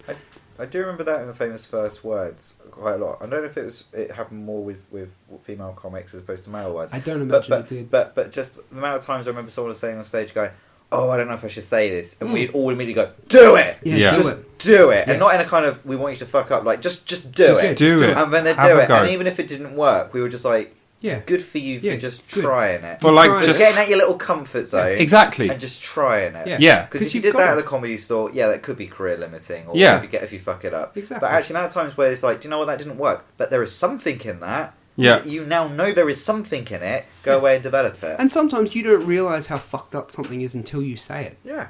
Sometimes I've written or not know punchlines. It's not funny until you say it just aloud. Exactly. I've written punchlines where I'm like, I'm a genius. And then I'll do the punchline and the crowd will just go, ugh. And I'll go, oh no. Because what I sound like in my head to me is not what I sound like out loud to others. And I don't know that because I only experience myself from inside me. So when I say it, it sounds way different to you guys than it does to me. Quite often what I found out by doing famous first words is I'd have an idea for a joke or a routine, and I'd try out, and the joke and the routine might be okay or crap, but then the offhand... That was it. Which, by the way, that is an important thing to know. End of story. But then the offhand comment I'd make in response to it, or the off-the-cusp idea I'd have... Off the cuff. Off the cuff. No, off the cusp is the new off the cuff idea I'd have like jokes. Like I've suddenly thought of the next level of the joke. Yeah, that's actually the joke. Yeah. Go away, make that the premise is shit or the first idea is 100%, shit. It's actually 100%. a little bit of something else. Yeah, an amount of routines that I've had that with. And I do honestly think that we created a room where if you tell genuinely good stand-up comedy. Even if it's a night where there's like one punter or no punters or there's 5 of us. I think we had one evening where like there were just 5 of us. So much fun. And it was all act. Yeah. You'd know if it was bona fide though, because people would be genuine. Yeah. There's so many nights out there, for people who don't know, on the open mic circuit where people are mean and shitty and will not give you anything. Even if you're selling a good joke. Oh God, yeah. They'll be like, I'm not going to laugh at this idiot. And I think... that was one of the things that we achieved, was actually creating a room where you can actually see if something's going to work. Yeah. That's exactly true. I went to a night once, which I only went to once, and it has closed down now as far as I'm aware. I do remember the name, but I won't say it. And I told my A-grade material. Stuff that I'd been telling for years, stuff that I'd honed to a fucking fine point that always killed. I got crickets on everything. Did you not go... And so did every other act that night. And it was the weirdest thing. So I'm like, we're all comics. We're all here to do comedy. Why are none of us laughing at each other? It's almost like a farce. It's almost like something out of a black comedy where you just like, here's a scene where everyone's doing comedy and nobody's laughing. This is avant-garde and funny. Was that in Hammersmith? No, it wasn't. Okay. I know that night. That night that you're thinking of. That's where we met. I went. No, not in Hammersmith. It wasn't. Was it not? Was that the second time we met at. I've never gigged in Hammersmith with you. Yes, you did. No, I didn't. You did. 100% didn't. You did. Because I've only gigged in Hammersmith once, and you were not there. I 100% know that you were. Lies. Anyway, we met at. There's only one comedy gig Jester there. on Penton. Huh? Jester on Penton's where we met. Or Joker on Penton. Joker on Penton and Angel. Which no longer, I mean, before COVID, it stopped doing the comedy night there. Yeah. And I love that. So I love that gig. Love the guys who ran it. Lovely people. Did their new gig at their new place, and they sort of stopped doing it, which is such a shame. And that was, by the way, when I was single, that was one of my go-to pubs to take people on dates to, because it's just a good pub. Yeah, it's a nice pub. Lots of Great craft pub. beers, busy, but like find a cozy corner. I've had many a good night there. Yep, I loved it. I It's been nostalgic. First ever gig in London was at the Joker and Penton. Really? Yep. That's a good first gig. Took Ash to it. First time Ash had ever seen me do stand up. That's a good first gig, and the boys who ran it said they were lovely guys, really lovely guys, supportive, nice atmosphere. Got some good advice from them. After the gig, they're good. Yeah. Didn't take it. Still doing comedy 3 years later. Yeah. I think they quit, if I'm honest. Well, no, they just told me you don't have it. No, they didn't. They said nothing but lovely things because they were They are very lovely people. They were broken but yet still enthusiastic, and I like that. That's a great combination, and that's kind of what you have to be to run an open mic night. Yeah, broken but enthusiastic. I think so. I think that sums up open mic. Yeah, you are the king of being broken but enthusiastic. You are the best MC I've ever seen. Yeah, the number of bands. I would genuinely say that. You are top 3 for sure. Hands down. Love you. Sorry, I said best. He went top 3. Just put that. That's fair enough. The ego needed to be put. Yours sounds fake. No, I'm being genuine. You are the best MC that I have ever seen for a comedy night. Because you don't do the thing that most MCs do, including myself, which is try and steal the limelight. You genuinely set it up for the audience and for the acts, and that requires a humility that I refuse to get. I could get it because I'm gonna no, I don't want to be humble about it. I could get humility. I'm that good, but I just refuse to. 6. 6. I actually agree. Thank you. Whenever I MC, I base my entire style off you. Really? I do exactly. He always bombs when he does. It doesn't fucking it's a work. disaster, but It's like an homage. Welcome to Famous First Words! I'm Ruskin Denmark. I'm Ruskin Denmark. Very confused. My friends are looking at me like, what's going on? It's not Ruskin Denmark. This isn't Famous First Words. What the fuck is a Bliss of the Abyss? My name is a series of letters spelt left to right. Oh, exactly. Yeah, that would be my usual I never one. did any of that, but I did emulate you in several ways, especially. I think it's the most important point, especially if you're a new MC and you don't know the ropes, which I do not, because I've not done it much. I got off the stage as quickly as I possibly could. I did my job to the letter that was described to me, and I got the fuck off. Yeah. Every act either got a one-liner attached to what they just done, a context-based one-liner, or it just got introduced. Keep that applause going if I didn't have anything. At no point did I stand on stage and do stand-up. With the one exception of someone who bombed, I maybe gave him two to three punchlines afterwards to warm the room back up. Exactly. For the next act. That was it. But I was on and off so quick. That's it. And I never pulled the piss out of any of the acts that bombed. Only the acts that did well. Yeah, unless they're a friend, in which case you can. If they're a friend, you kill I them. view it as kind of like, if you slow cook a meal, Yeah. Like, you need to, like, keep checking on things here and then. But if it's going... Don't take the lid off. Then you can just, can just leave it and it's going great. Yeah. But, like, some disaster might happen. You're Great like, oh, God, that's analogy. burnt. So you come in and you mix things around. You add a little bit of this and this and that. And you're like, okay, and we're back and carry on. That's one of the best analogies I think I've ever heard from you. And I've been known to come up with some terrible analogies. Now, a lot of people set up a comedy night because they want to be like the big actor. Because they want to perform, yeah. But I never got that vibe from you. Like, did you just want to be an MC, or did you want to be a big act? I think you wanted to act. That's my theory on Ruskin Denmark, is because you're an actor first and a comedian. And that very much shows. 15th. No, you're an actor, and every day. Now, I saw you get up there where you were in the worst mood ever, and as soon as you hit that stage, you were on like it was your fucking job, even though you weren't paid to be there. No, but it cost him a lot. like a consummate professional. Well, the stage gives me like energy and joy. Well, it's like White Line Fever. Yeah, I'm the nicest guy off the fucking pitch. Out of the ring, I'm a sweetheart. Yeah, exactly. You cross that threshold, it's on. It's a different thing. Yeah, It's on like Donkey Kong. dude. I have. And speaking of Donkey Kong, a word from our sponsors. We're sponsored by Donkey Kong somehow. Are you tired of having kegs thrown at you? No, it's an amazing thing.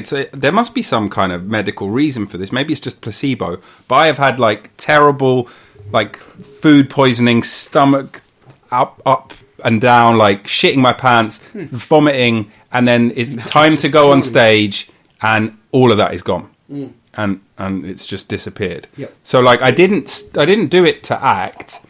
I did it for the love. I love to be on stage, so there's that.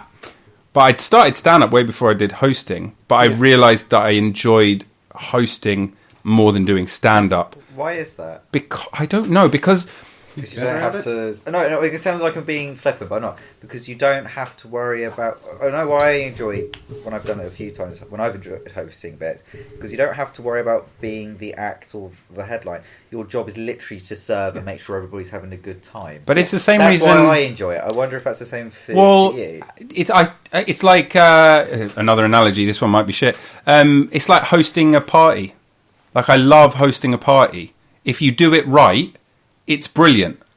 That was the vibe of Famous First Words. Yeah, you were hosting a party. Yeah. That's why it felt different. That's you what were hosting a party. Yeah, Everyone's there to have a good time. Yep. Yeah, that's it. Doesn't matter if you've got 5 people. House party. No, 5 Exactly. people. I mean, fuck, we've had more fun with less people. Yeah. I tend to find ruin a night. I was going to say, if we took one out of this room, we'd probably have a fucking ball. No, and it's the same with. In fairness, Rob has hosted us. I was going to say it's his house, so we can't kick him out, but whatever. We could leave. He would barely let us in. Yeah, I was going to say, he didn't let you in. I let you in, and his wife let me in. Yeah.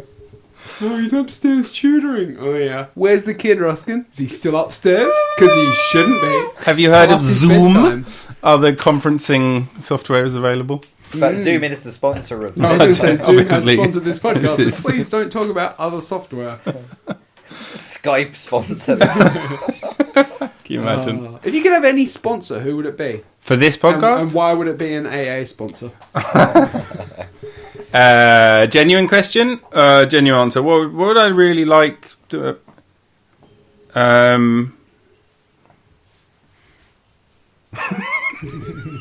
You like how big a pause that was? You could just cut the time I think between it. Microsoft. Microsoft, because they're really, really wealthy? Yeah, sure. I'll go for Apple. No, you know who I'd have? I'd have nasturtiums. You mean the plant? Yeah. That's not a thing. Oh, it is. They can't big sponsor. nasturtium. Yeah, they can. No, you're living in dream world. You know who I'd like is like a board game company. That would be fucking cool. Mousetrap. I'm pretty sure I'd have Card Against Humanity. Cards Against Humanity. No, have like Snap. what are they called? Asmodee. You'd have Cluedo. I hate fucking Cluedo. I just played Cluedo Cluedo fucking last hates week. you. Great. It's great. It's a shite game. No, it's a good game. shite It's game. one of the I'm old actually games. bitter on this. I hate Cluedo. For our American listeners, I don't care who killed them. They deserved it. for our They American fucking listeners, deserved it. Cluedo is called Clue. No, it's called Cluedo. Get on the fucking board. You hate it. Why are you bothering to have Because this? he hates the Americans more! It's called Clue over there. I don't know why it's called Cluedo here. That seems silly. I think they're both silly. They're board games. I don't like care. It's board just games. a bunch of rich white people in a house. No. Oh my I'd god. kill myself. Why are they going to be white? Asians can be rich too. And can be killed or killers. Excuse me, no. But they're not killing I or think being you will killed find that is because a they're lie made up by the enemies of the People's Republic of China. I just want Hey, to say can- to China I know that you're turning Tom's away visa to is Bert. over. Well, this is... You can turn away to Bert, but don't turn away to laugh. You prick. If you're going to laugh at one of my jokes about the communist regime of China, don't turn away from the mic. Did you say sorry. communish? Communist? Are you not communist? That was Russian and No, Scottish. it's like, are you communist? Well, I'm communist. Communist. Oh, well. What It was other nice being alive for a while. Wasn't it? Yeah. Hey? I'm gonna I wonder what kind of agent they'll use to assassinate me. I'm not a big fan of board games. I like No, chess. I don't like board games either. And Connect Love 4. China. Oh, can you get sponsored by Connect 4? Hasbro, I believe, makes Hasbro. that. I know I was going to know that. Just like, I don't think you've ever played any of these board games. I have, just not with you. I like Which one? Cards All Against of them. I'll Humanity. cut them all. Cards Against Humanity. So. I played like. I can't stand Catan. But then again, I've only ever played Catan once with my sister and her now ex-boyfriend, who setting. took it very, very seriously and made How it else do you very, play? very dull for us. Can I just... Because we were used to playing, what's that, Only Answer the Questions? Taboo? No, the trivia A one. police interview. Trivial Pursuit? Yeah, something like Trivial Pursuit, but we were used to playing that drunk out of our minds with our friends, and then we were, oh, you guys like board games? We'll bring a board game over, it's really fun. They brought Settlers of Catan, and we're like, so what do we do? And they're like, you chop wood, and you collect sheep, and you build land, and we're like, for fuck's sake, man. Yeah. I could have this stayed at set home and and setting. played Age of Empires if I wanted to do this. I guarantee you, if you came over here for a board game evening, we would have the time of our lives. One I think we should play is Skull, and it takes about 2 seconds to learn, and it's one of the best games ever, and it's very Why simple. don't you do a podcast about that? We are, right now. What do you think we're doing? Welcome to Podcast. Skullcast. Oh, several hours. Yeah. We've been blathering on for ages. I'm thinking you're going to cut this down to, a little over an hour. A tight 3 hours. Type 3, yeah. Yeah, sure, I'll edit it. Yeah, of course. I was going to say another marvellous memory of mine that was not really famous first words, but it was involving the three of us doing, I guess, what you could call stand-up comedy for the most part. I call it love. You can call it love, yeah. I guess some people's love is that painful. Yet performative. There was a night organised by Peter, who's not a good host of a party. And that's all we've got time for this podcast. It was involving... No, we're not doing it. Oh, we are, Pete. We are doing this. We're going to do it. Alright, so my favourite Can memory we of call doing... it my worst night of comedy? Yeah, okay, so Peter's worst night of comedy was... Peter And organised... Ruskins. Hey, don't you No, dare. Ruskins had way Just worse. because I okayed the venue and went down with you does not mean I share the blame. No way. It should have been good. It was a joint venture. On paper, it was good. So this marvellous night... No. This is how... Peter's going to filibuster this story. It was I'll called be Taking quiet. the Rise. It was called The Night of the Nun. So, Peter organised Oh, this is so great that we're telling this story. I'm so happy and I am so sad pleased. those two things are linked. I'll just be quiet because Yeah, please do. As if. I like you telling us you're going to be quiet. Just be quiet. I could start a You don't timer now. announce it. He will not be No, quiet. you won't. No way. Especially when we start lying. So Peter had just been castrated. Go on. Go on. 6. Yeah, there were. So what happened was Peter organised a night, and this night was gearing up to be a night of nights. And Peter had organised it in a venue which Ruskin had okayed, which was in the middle of somewhere. Wilston Junction. Somewhere in Wilston. Northwest And, London. Not let's a great not be location. too specific, boys. Oh, we can name a fucking show. No, we can't. That's unprofessional. I don't I don't care. know, I Professionals don't get like paid. that. We were not Unprofessional. paid. I That's- was it's a paid. funny. I believe that's the word she used I in was the, paid. in the email afterwards. I was going to say, She emailed me directly and deposited it right into my bank account. So we were doing this gig that Peter had organised and Ruskin had okayed. And I don't know, to cut a long story, which could be a very long story because I would like to tease it out and make Peter squirm. But essentially... You look so uncomfortable. Peter emceed the night and all the comics that came... what would you call? I wouldn't call it bombing. No, you haven't even like set up the. Okay, the you tell it. You tell No. I can't. I literally find Ruskin, it you too tell traumatic. it. I'm a one-liner comic. I'm not a You have storyteller. to describe the pub.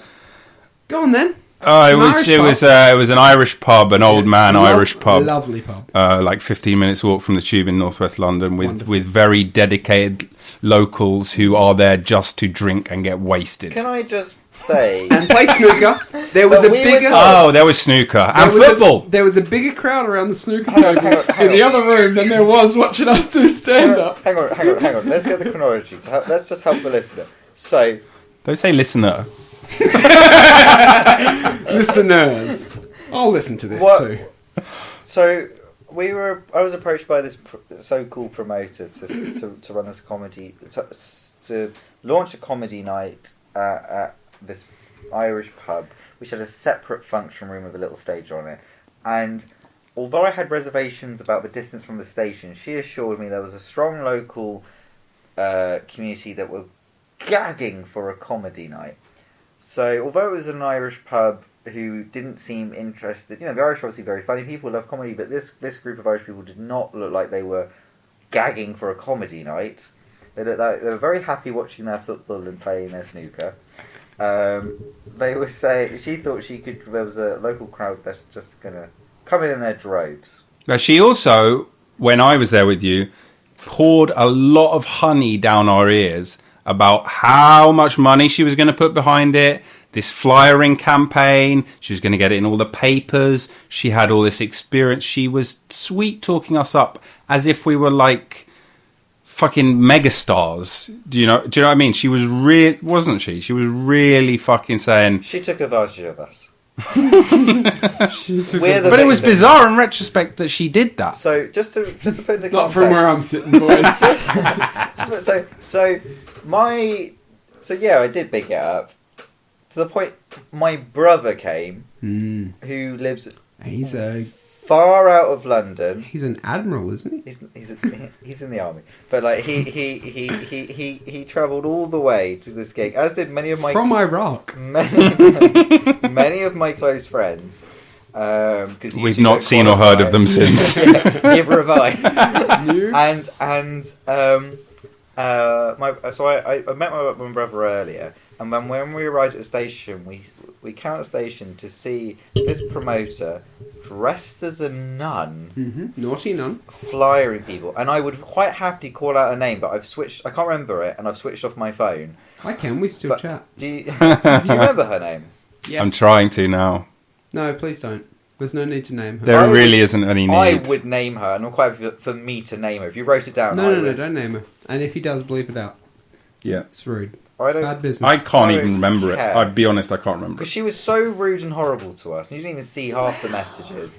But anyway, so that was the thing. And then you always know that a gig is going to suck about 15 to 20 minutes before it starts. Couldn't agree more. Because you just know the audience isn't coming at all. So there was a football... And do you remember... Sorry, not to interrupt, but she was like, we're going to have this huge poster outside. We're going to have all of these flyers. We're going to have everything. And when you got A4. There, a little piece of A4 paper which someone had scrawled like comedy and then an arrow. And then you had to like go through this... Not go through the pub, but go through a dodgy alley. Yeah. So it was just like, oh no, it's not what she said it was going to be. And it was an FA Cup match or something. Yeah. And basically we had to kind of keep it down. And the system was fucked as well. She'd gone on about she's had this £1,000 system, and it wasn't up to snuff at all. The microphone and the speakers, and there was lots of feedback, and it was just awful. So, and I was emceeing it, and the front row was literally just my brother and a few close friends and your partners. Yeah. And like 5 random people who I don't know how the hell they'd heard of this comedy night, plus the other act. Oh, and I'd invited all the comedy acts. Yeah. That's right. Yeah. I don't think we should name any of them. Some for more obvious reasons than others. Why wouldn't you want to mention? I wonder why. Some of them have fallen from grace. Shall we say? No, do not. God, no. No, don't mention. Hang on, we can do initials. No, No, we're not doing don't that. name and shame people. No, we're not doing name Unless and you're shame. saying really nice things like we did for TT. Don't Yeah, name and shame. agreed. Yeah. All right, think fine. I I think that's a won't. I bit- won't mention. It's on the it's on the nose. Say what you like. Patrick knows. He ran a very good. No, I'm joking. That's anyway. So and you just know it's going to be crap. So I did the thing of like just being overly enthusiastic. I was going to say there was no way you could do well. It was just like shit. But you're not very good at lying, Peter. That was, I think, the problem. So you were being like very. Grace. Yeah, you were being overly enthusiastic, but we could tell that inside Look, you were doing it. the problem was most of the audience knew me well, and you knew therefore how I was feeling, and you knew. Oh, he's faking it. He is dying inside. He is. Just look at him die. Not dying. Dead. Rotting. Rotting. Let's see if we can capture the moment where he exactly died. But Yeah, if you freeze frame here, it's the moment his heart breaks. the first laugh I got of the night where I was in terms of like in trying to introduce the night and everything was when I asked my brother, "Why do you think I'm single?" He's not a comic, and he immediately replied, skipping a beat. Well, your belly for a start. Yeah. For a start. Yeah. Like he was sitting on it going, you'll need something. And it was hilarious. And It was a good joke. It was great. Good And by joke, I mean true. Yeah. Some of the best jokes are. Yeah, no, you look much trimmer, but you made a terrible mistake. And I think actually we all wore a white shirt, which was a disaster. Because we looked like bellends. We were all wearing a white top. But Peter had like a really tighty, whitey Funny that it didn't t-shirt. affect my It was not a flattering look. Not on you, no. There's a photo of us all together wearing our white tops being miserable. I don't know what you're talking about. I look great in white and kills. Sorry, can we just also add, so just to show how like batshit crazy this so-called promoter was, not she dressed as a nun, she was insisting on selling merchandise at the back. Oh! What? And then I'm going to get us a beer. She was going around asking people if they want to buy the merchandise, which were like vampire teeth. And what was the other thing? I can't Wasn't remember. it like It's comedy sex stuff? moustaches. Comedy Comedy moustaches. Real highbrow, good merch for like 50p here, a pound there. Never saw a penny of this. And No, there wasn't. and the first couple of acts, you know, they were all right. But the point is, Rob was one of the acts, or Ruskin. What are you on this podcast? Thank you. Doesn't matter. I'm both, but obviously Okay. on stage I was Ruskin. Cheers, buddy. And just before, because they saw it was a shit night, no reflection on you at all. They just went, oh fuck, this failed. One of them was a taxi driver. I think he literally gave him a lift. I hope he charged for that lift though. I hope he got a bit of fare. They left just before you performed. No, not just before. As I was starting my I'm set. sorry. The other act stood up en masse and left very publicly through the middle of the gig. And that About as poor form as you can get. I was going to say, as a comic, you should fucking know better. Yeah. I'm gonna put that. I'm not going to name and shame these people. Nope. But as a comic, you should fucking. One know of them better. was recently signed to an agent. Cool, good for them. I'm not saying No. they're bad comics. No, I'm no, just no, saying no, it's just- poor form. Just saying. That's all I'm saying. Crown Protective Service agent or And then how did your set go, Rob? my set went absolutely terribly. Wish to elaborate? Not really. I did. Oh mate, we didn't want to do this. He fucking started this. I think the I answer don't is mind. yes. I do want to. I what exactly happened, Roberto? I tried to do some material and quite quickly decided that was not going to be the thing. And to be fair, that was correct because Tom also basically didn't do material. With one key difference. Absolutely. Which we'll get to. Which we will get to. But wait, what is the thing that you're both referencing that I'm forgetting here? What happened? The thing with the people they were who got easily offended. Oh, Complete the God. wrong Well, hang on, reason. they weren't easily offended because they listened to me and I'm way more offensive than Rob. Yeah, I managed to offend this couple, didn't I? Yeah. Yeah. What did I say, Something though? about drugs, wasn't Something it? about... I think they thought you said a homophobic slur, but yeah, you didn't. they thought... Yeah, I think that is It actually literally it. was literally, they just Yeah. literally misheard you. They somehow thought I was a homophobe. Yeah, all I remember is after the gig. You made sure that wasn't in your act. You learned from Can I make it very clear? I am in Sensitive. no way. It was bizarre. Oh, and no, Caitlin God, said this to me before, is that actually it's been a You blind gotta spot cut the sometimes. homophobe stuff. That, stabbing and burying gay people, not cool. No, not at all. That's Don't fine. do Just that. don't make a joke about it. Right? If you're going to do it, fine. But there's nothing to laugh Yeah, at. it's Exactly. funny. Yeah, so I managed to insult... I thought they were, cool and would, roll with it. Because They wanted you to think that. Yeah, because there were three of them, four of them, and then there Very were young, hipster. yeah, and then there were the very old crusties at the back who were heckling everybody, Who would have actually been cool with it. who would have actually old been drunk Irish. very drunk. One guy, which I'm sure Tom's going to get to, unintelligible. Oh, mate. Not Not unintelligible. He wasn't speaking English. He was doing. I now know that he wasn't speaking English. He wasn't. He wasn't speaking Irish either. No. God, no. He was No. speaking He some was mythical communing language only known to the directly drunk. with God. But they were very upset with you. Yeah. They Yes. were. So much so. my set, I bombed very, very hard. So much so that I believe they started to chat back to me Yeah. and really heckling. interrupt my set. Yep.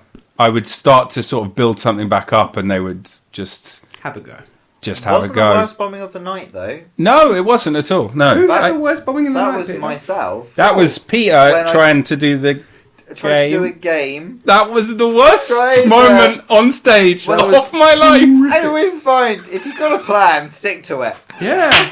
Unless that plan is horrific. So I had this idea of a game. I don't even remember the game now, but anyway, the idea was get the other acts involved, and it was just trying to show off. Ooh, I remember the game. Brilliant. It was advice. People showing things on their phone of what should you do? It was like relationship Was advice. it? Oh, okay. Yeah.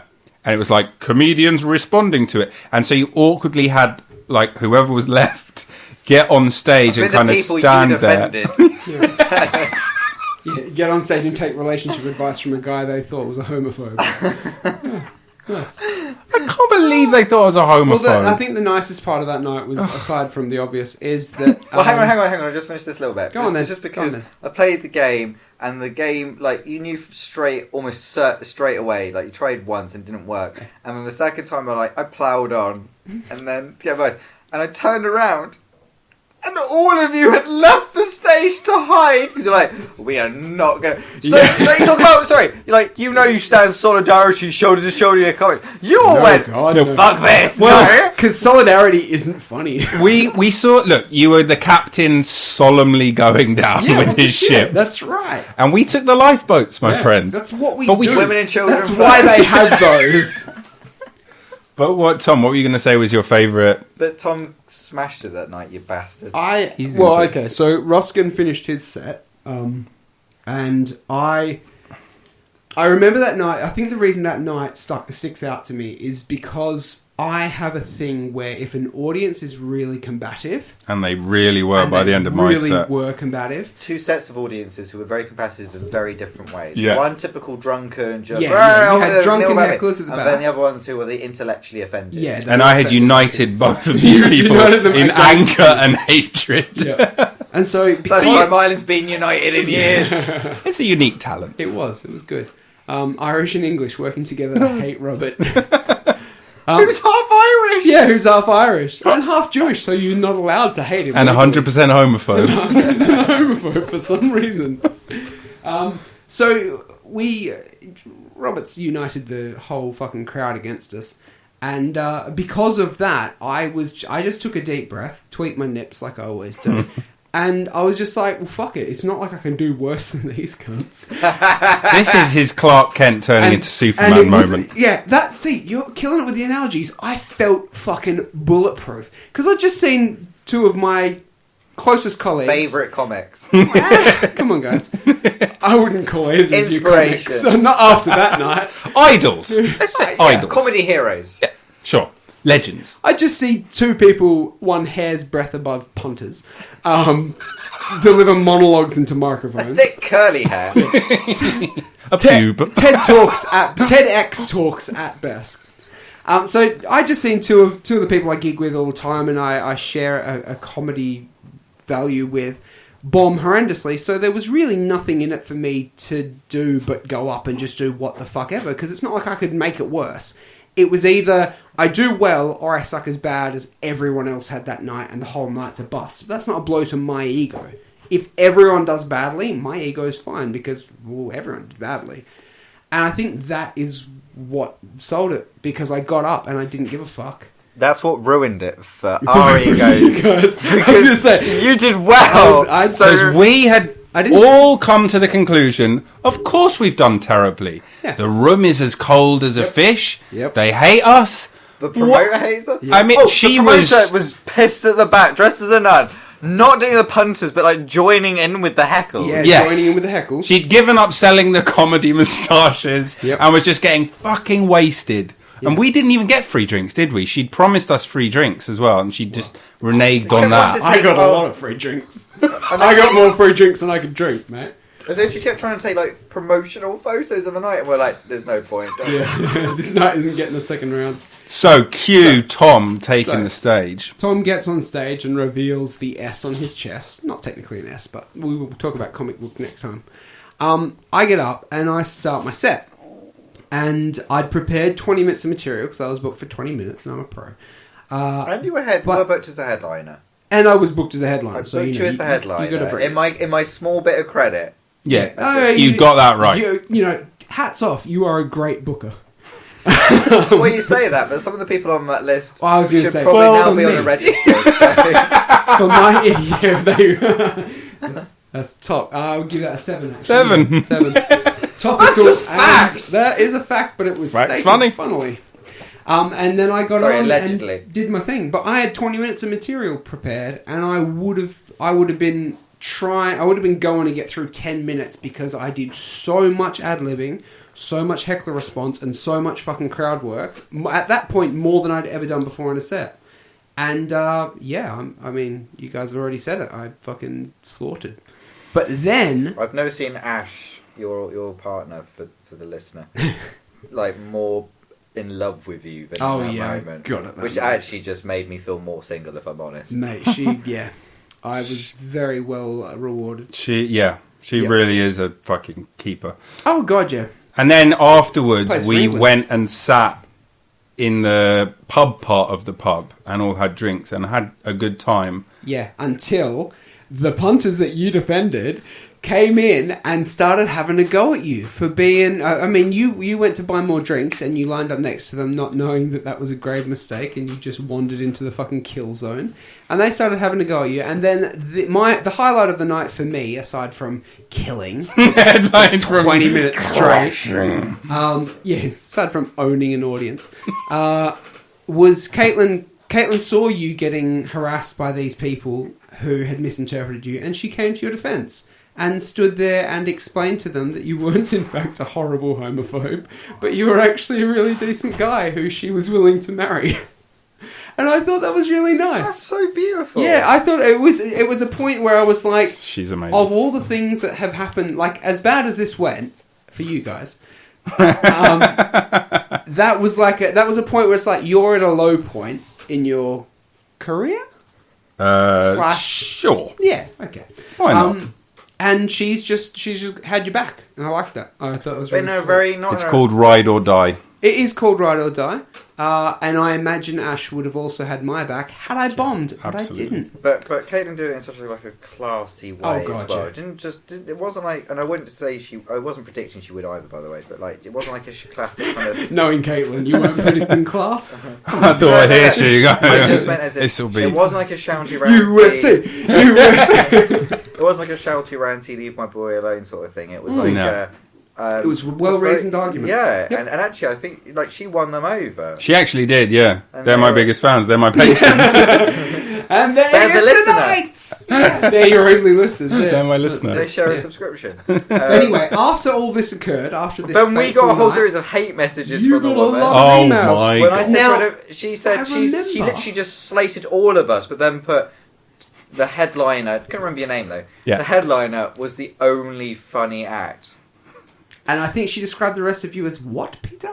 Unprofessional? Unfunny? Dire Yeah. was Did she say her dire? exact She did. word. It's amazing what I forget. Yeah. Yeah, all the bad stuff. I It's a remember defense it because you shared this email with us and Yeah. our collective jaw dropped because it was mechanism. Well, mine didn't. Tom was like, so I was great, right?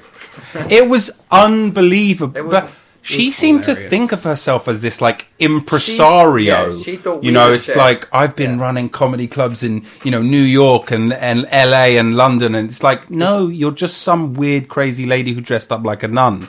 Yeah. You're meant. She had delusions. Even I think now, that was. my brother will sometimes mention that gig and go, by the way, why was she dressed as a nun? No, Oh, hold on. Figure it out because it wasn't a theme night.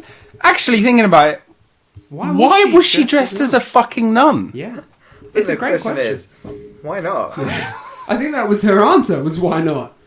And she kept wanting to kiss people and like have someone take a photo and be like, "We'll use it for promotional." It's like, sorry, how do you think promo works? She wasn't just dressed as a nun. She was dressed as a naughty nun. Like it was a sexualized costume. Oh, It's not like she was dressed as an actual And Catholic nun. She was dressed in a She was sex not a shop spring outfit. chicken. no, she was Come a on, winter let's- carcass. Let's not. Sorry, No. that was Let's mean. come on. Sorry, that was I mean. just meant. But he set me up, and I. No, do not body shame that I'm not- lady. no, I'm not- She's No, it wasn't even that. It was. completely and utterly doable.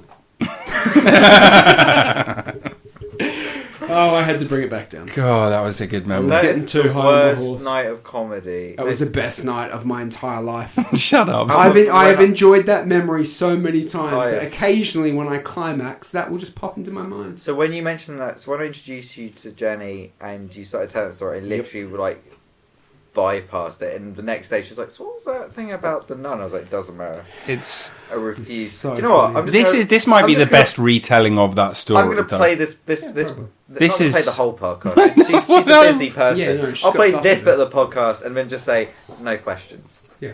This is all you're If getting. you have any questions, ask Tom. No. Yeah. That was I'd say that gig was worse for me than when I bombed in front of a whole room full of critics and agents. Yeah. That gig was worse. Even though the stakes were much lower ultimately. I remember thinking there, sitting in the pub bit of that and going, why the hell am I doing this? It was the kind of night that would make it's existential in its epicness. When she was taking photos, I remember being so. Don't take a photo. Just Don't go away. take a I remember us being like, just go away. I think there are photos of us on my phone, or maybe not on my phone. They're definitely somewhere. I would like to have those. I would love to see them again. Because I think they were taken at the beginning where we were like, hey, look, it's us three, good buddies. We're doing a comedy night. Here we go. And By the end of it, oh, no, by the end of it was, fuck you, Tom. By the end of it, Tom was off in the corner and Ruskin and Peter were crying.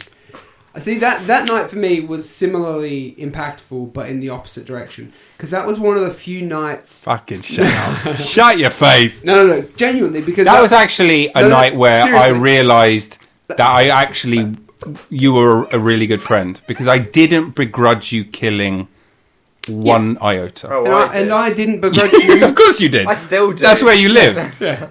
But no, sorry, I interrupted. And I Carry on. didn't begrudge you bombing it. No. That for me was the first night that I had ever had to deal with a hostile room and with hecklers who were genuinely relentless in their heckling and come on stage and actually turn a crowd around. Because most of the time when I've been heckled, it's been stuff that's been really helpful. Like, I've gone to nights and I kind of invite heckling. I kind of, I'll interact with the crowd a bit and try and get them to say shit. And if there's a guy at the back being rowdy, I'll be like, yeah, let's go back and forth. Fuck yeah, I do this set all the fucking time. Give me something new to work with, please. But it's always at nights where heckling is discouraged. It's either a really professional setting, everyone's there to watch the acts, it's like theatre, don't fucking talk.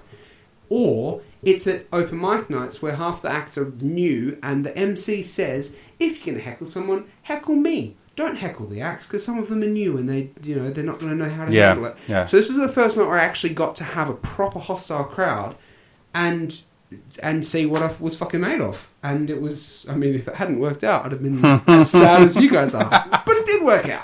Oh, and I got to use a joke that I'd never used. I'm only sad because you did well. Oh, yeah, I get that. I would not be half Which is as why sad. it's fun for me. If I'd just killed as a headliner of a night that went well, it would have meant nothing to me. But because you fucked it, and because Rob fucked it, it means the world to me.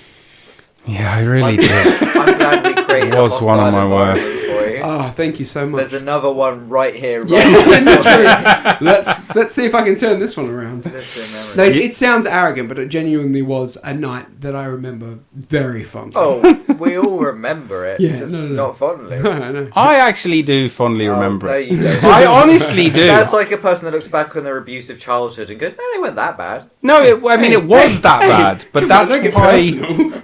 Like, I've bombed worse than that for sure. God, yeah. I got it Oh, was. yeah, you haven't. Oh, No, you my definitely have, because you God, still I got have. laughs. You got laughs from the rest of the audience Yeah. when you were going back and forth. It just, Well, exactly. It just got a little It bit split the room in a tense. very uncomfortable way, and I didn't do my job of trying to address it or heal it properly. Yeah. I doubled down on whatever they thought I was doubling down on, which wasn't that. Which would have worked in a bigger crowd. Yeah.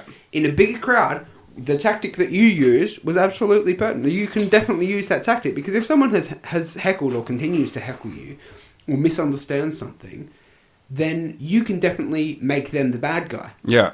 But not when they are half the audience, which they were at the But time. also, the audience learn from other audience. So if the rest of the audience Oh, are God, laughing, they kind of go, "Oh, maybe I'm missing something. Maybe there's." Yeah. Oh, they're laughing. They're good. But half the people." audience was our mates, so they knew Ruskin was fine. Yeah. But we know he's not a homophobe. We know he's actually the opposite of a I'll be homophobe. honest. Gay. Hang on. You're not a homophobe because He I keeps just like to putting go his on fucking record. hands down. I'm not a homophobe, I'm not a transphobe, I'm not a racist, but I do hate. No, do you remember? Indiscriminately. There's a Michael Caine film. I don't know what it is, but it's like there's two things I can't do the Yeah. impression. Two things I can't stand, and it's xenophobia and the Dutch. Yeah. I think it's maybe a Mike Myers some film. powers. His... Yes, Yeah. it might not be xenophobia. I might have got the What's quote the- No, I think wrong. it's xenophobia with Dutch. But it's a Yeah, great, yeah, it's it a is. great I think line. you're right, yeah. He's a great actor. Who? Michael Caine. He's done a lot of crap films. Yeah, I though. don't know why I said What that. do you mean, who? Like, you're quoting, you fucking idiot. He's done a lot of bad movies though. Look in the Yeah, but 70s and 80s. he's not... Yeah, but you can do bad moves and be a good actor. Oh no, I'm not saying. Yeah, I agree. He's a great actor. Like, he's genuinely someone I can watch in almost anything, and I'm like, it's Michael Caine. And just sit and enjoy his I am accent happy to however see him. he- Yeah, when I'm watching a movie, he's- I'm happy he's to see like, him there. He's like Anthony Hopkins. He's like... Well, what's his face? Who did One Flew Over the Cuckoo's Nest? Moore... Jack Nicholson. Yeah, Nicholson. He's like... You love to see it. What's her name? Moore? Julianne Moore? I love Julianne Moore. Sandra I've Bullock? got such a crush on Julianne Moore. She's beautiful. wonderful. She's She's 60 wonderful. plus.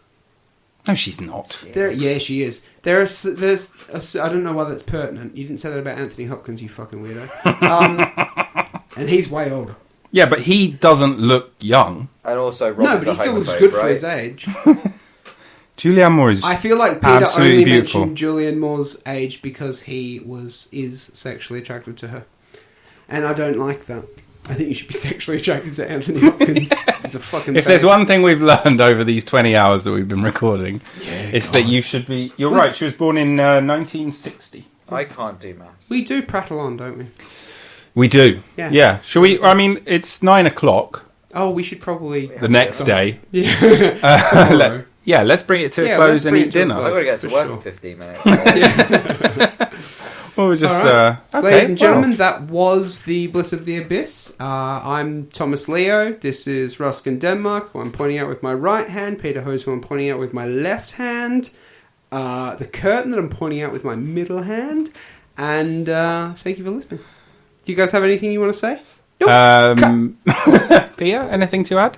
I love you guys. Fuck off. Like, rate, and subscribe. 5 stars. Thank you very It much. doesn't have 5 stars anymore. It has like and dislike. Like and dislike. Yeah, because 5 It's a stars more is binary. way too polarizing. Yeah. Yeah, because if you give something 2.5 stars, you like it. If you no, what I say is, if you enjoyed this, Rounding up. If you Yeah. enjoyed this, great, and if you didn't, fuck off. Yeah. If you enjoy this, get yourself checked. If you enjoyed this, more episodes of Not Fit for Human Consumption One day. coming soon. But we might not be there, so don't worry too much about listening to them. Yeah, no, don't worry about Oh that. no, the Earth will have frozen over by that point. By the time we get our asses into gear. All right. If there's a second lockdown, you might get some episodes. So here we go, There we guys. go. If you are interested in hearing episodes of Not Fit for Human Consumption, what I want you to do is I want you to catch COVID, Pray and for a spread third it. wave. Go outside and lick everyone. Super spreaders unite. I want you to blow up people's noses. That's what I want. And when I say blow up, I mean with your mouth, not with fucking explosives. Okay, I think let's finish on that. The thing you just said there. No, This. Sorry. this moment I mistook. here. Yeah, it's probably good. This one? No, that one. That he did The one- before. Oh, fuck, I missed it. No, We need to it's go only- back. No, well, we can't Can we now. go back? We don't do time travel. Oh, we I don't do English, apparently. What the fuck was that? Time travel. Alright, cut. Yeah, Yeah, we're done. yeah, we're done. I have genuinely fucking missed doing this Yeah, this is the most fun I've had, since Ashley fucking excluded, COVID. since the last time we did this. Yeah. This This is my favourite pastime. I like this more than doing... I like this as much as killing I agree. a stand-up set. What I like about this because it requires about 10% of the effort. Yeah, and it's more rewarding because we're making each other laugh, and I care if you guys think I'm funny. That's being recorded, Something he right? cares That's about. recorded. Is that recorded? I haven't stopped anything yet. Fuck for That's that. the pull quote. Yeah, that's in there. And scene. It was all an act. Alright, let's see.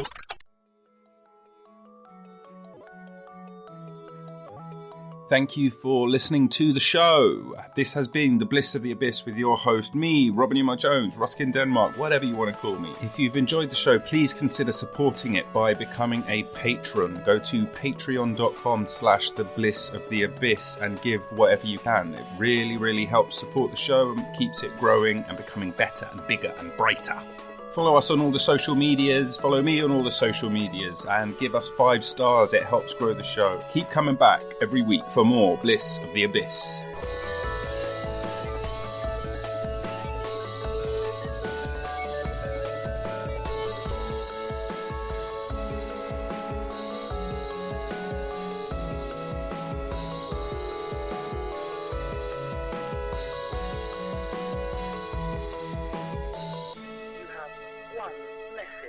Message 1.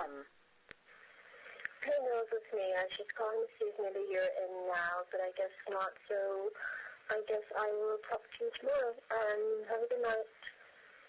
Talk to you then. Bye.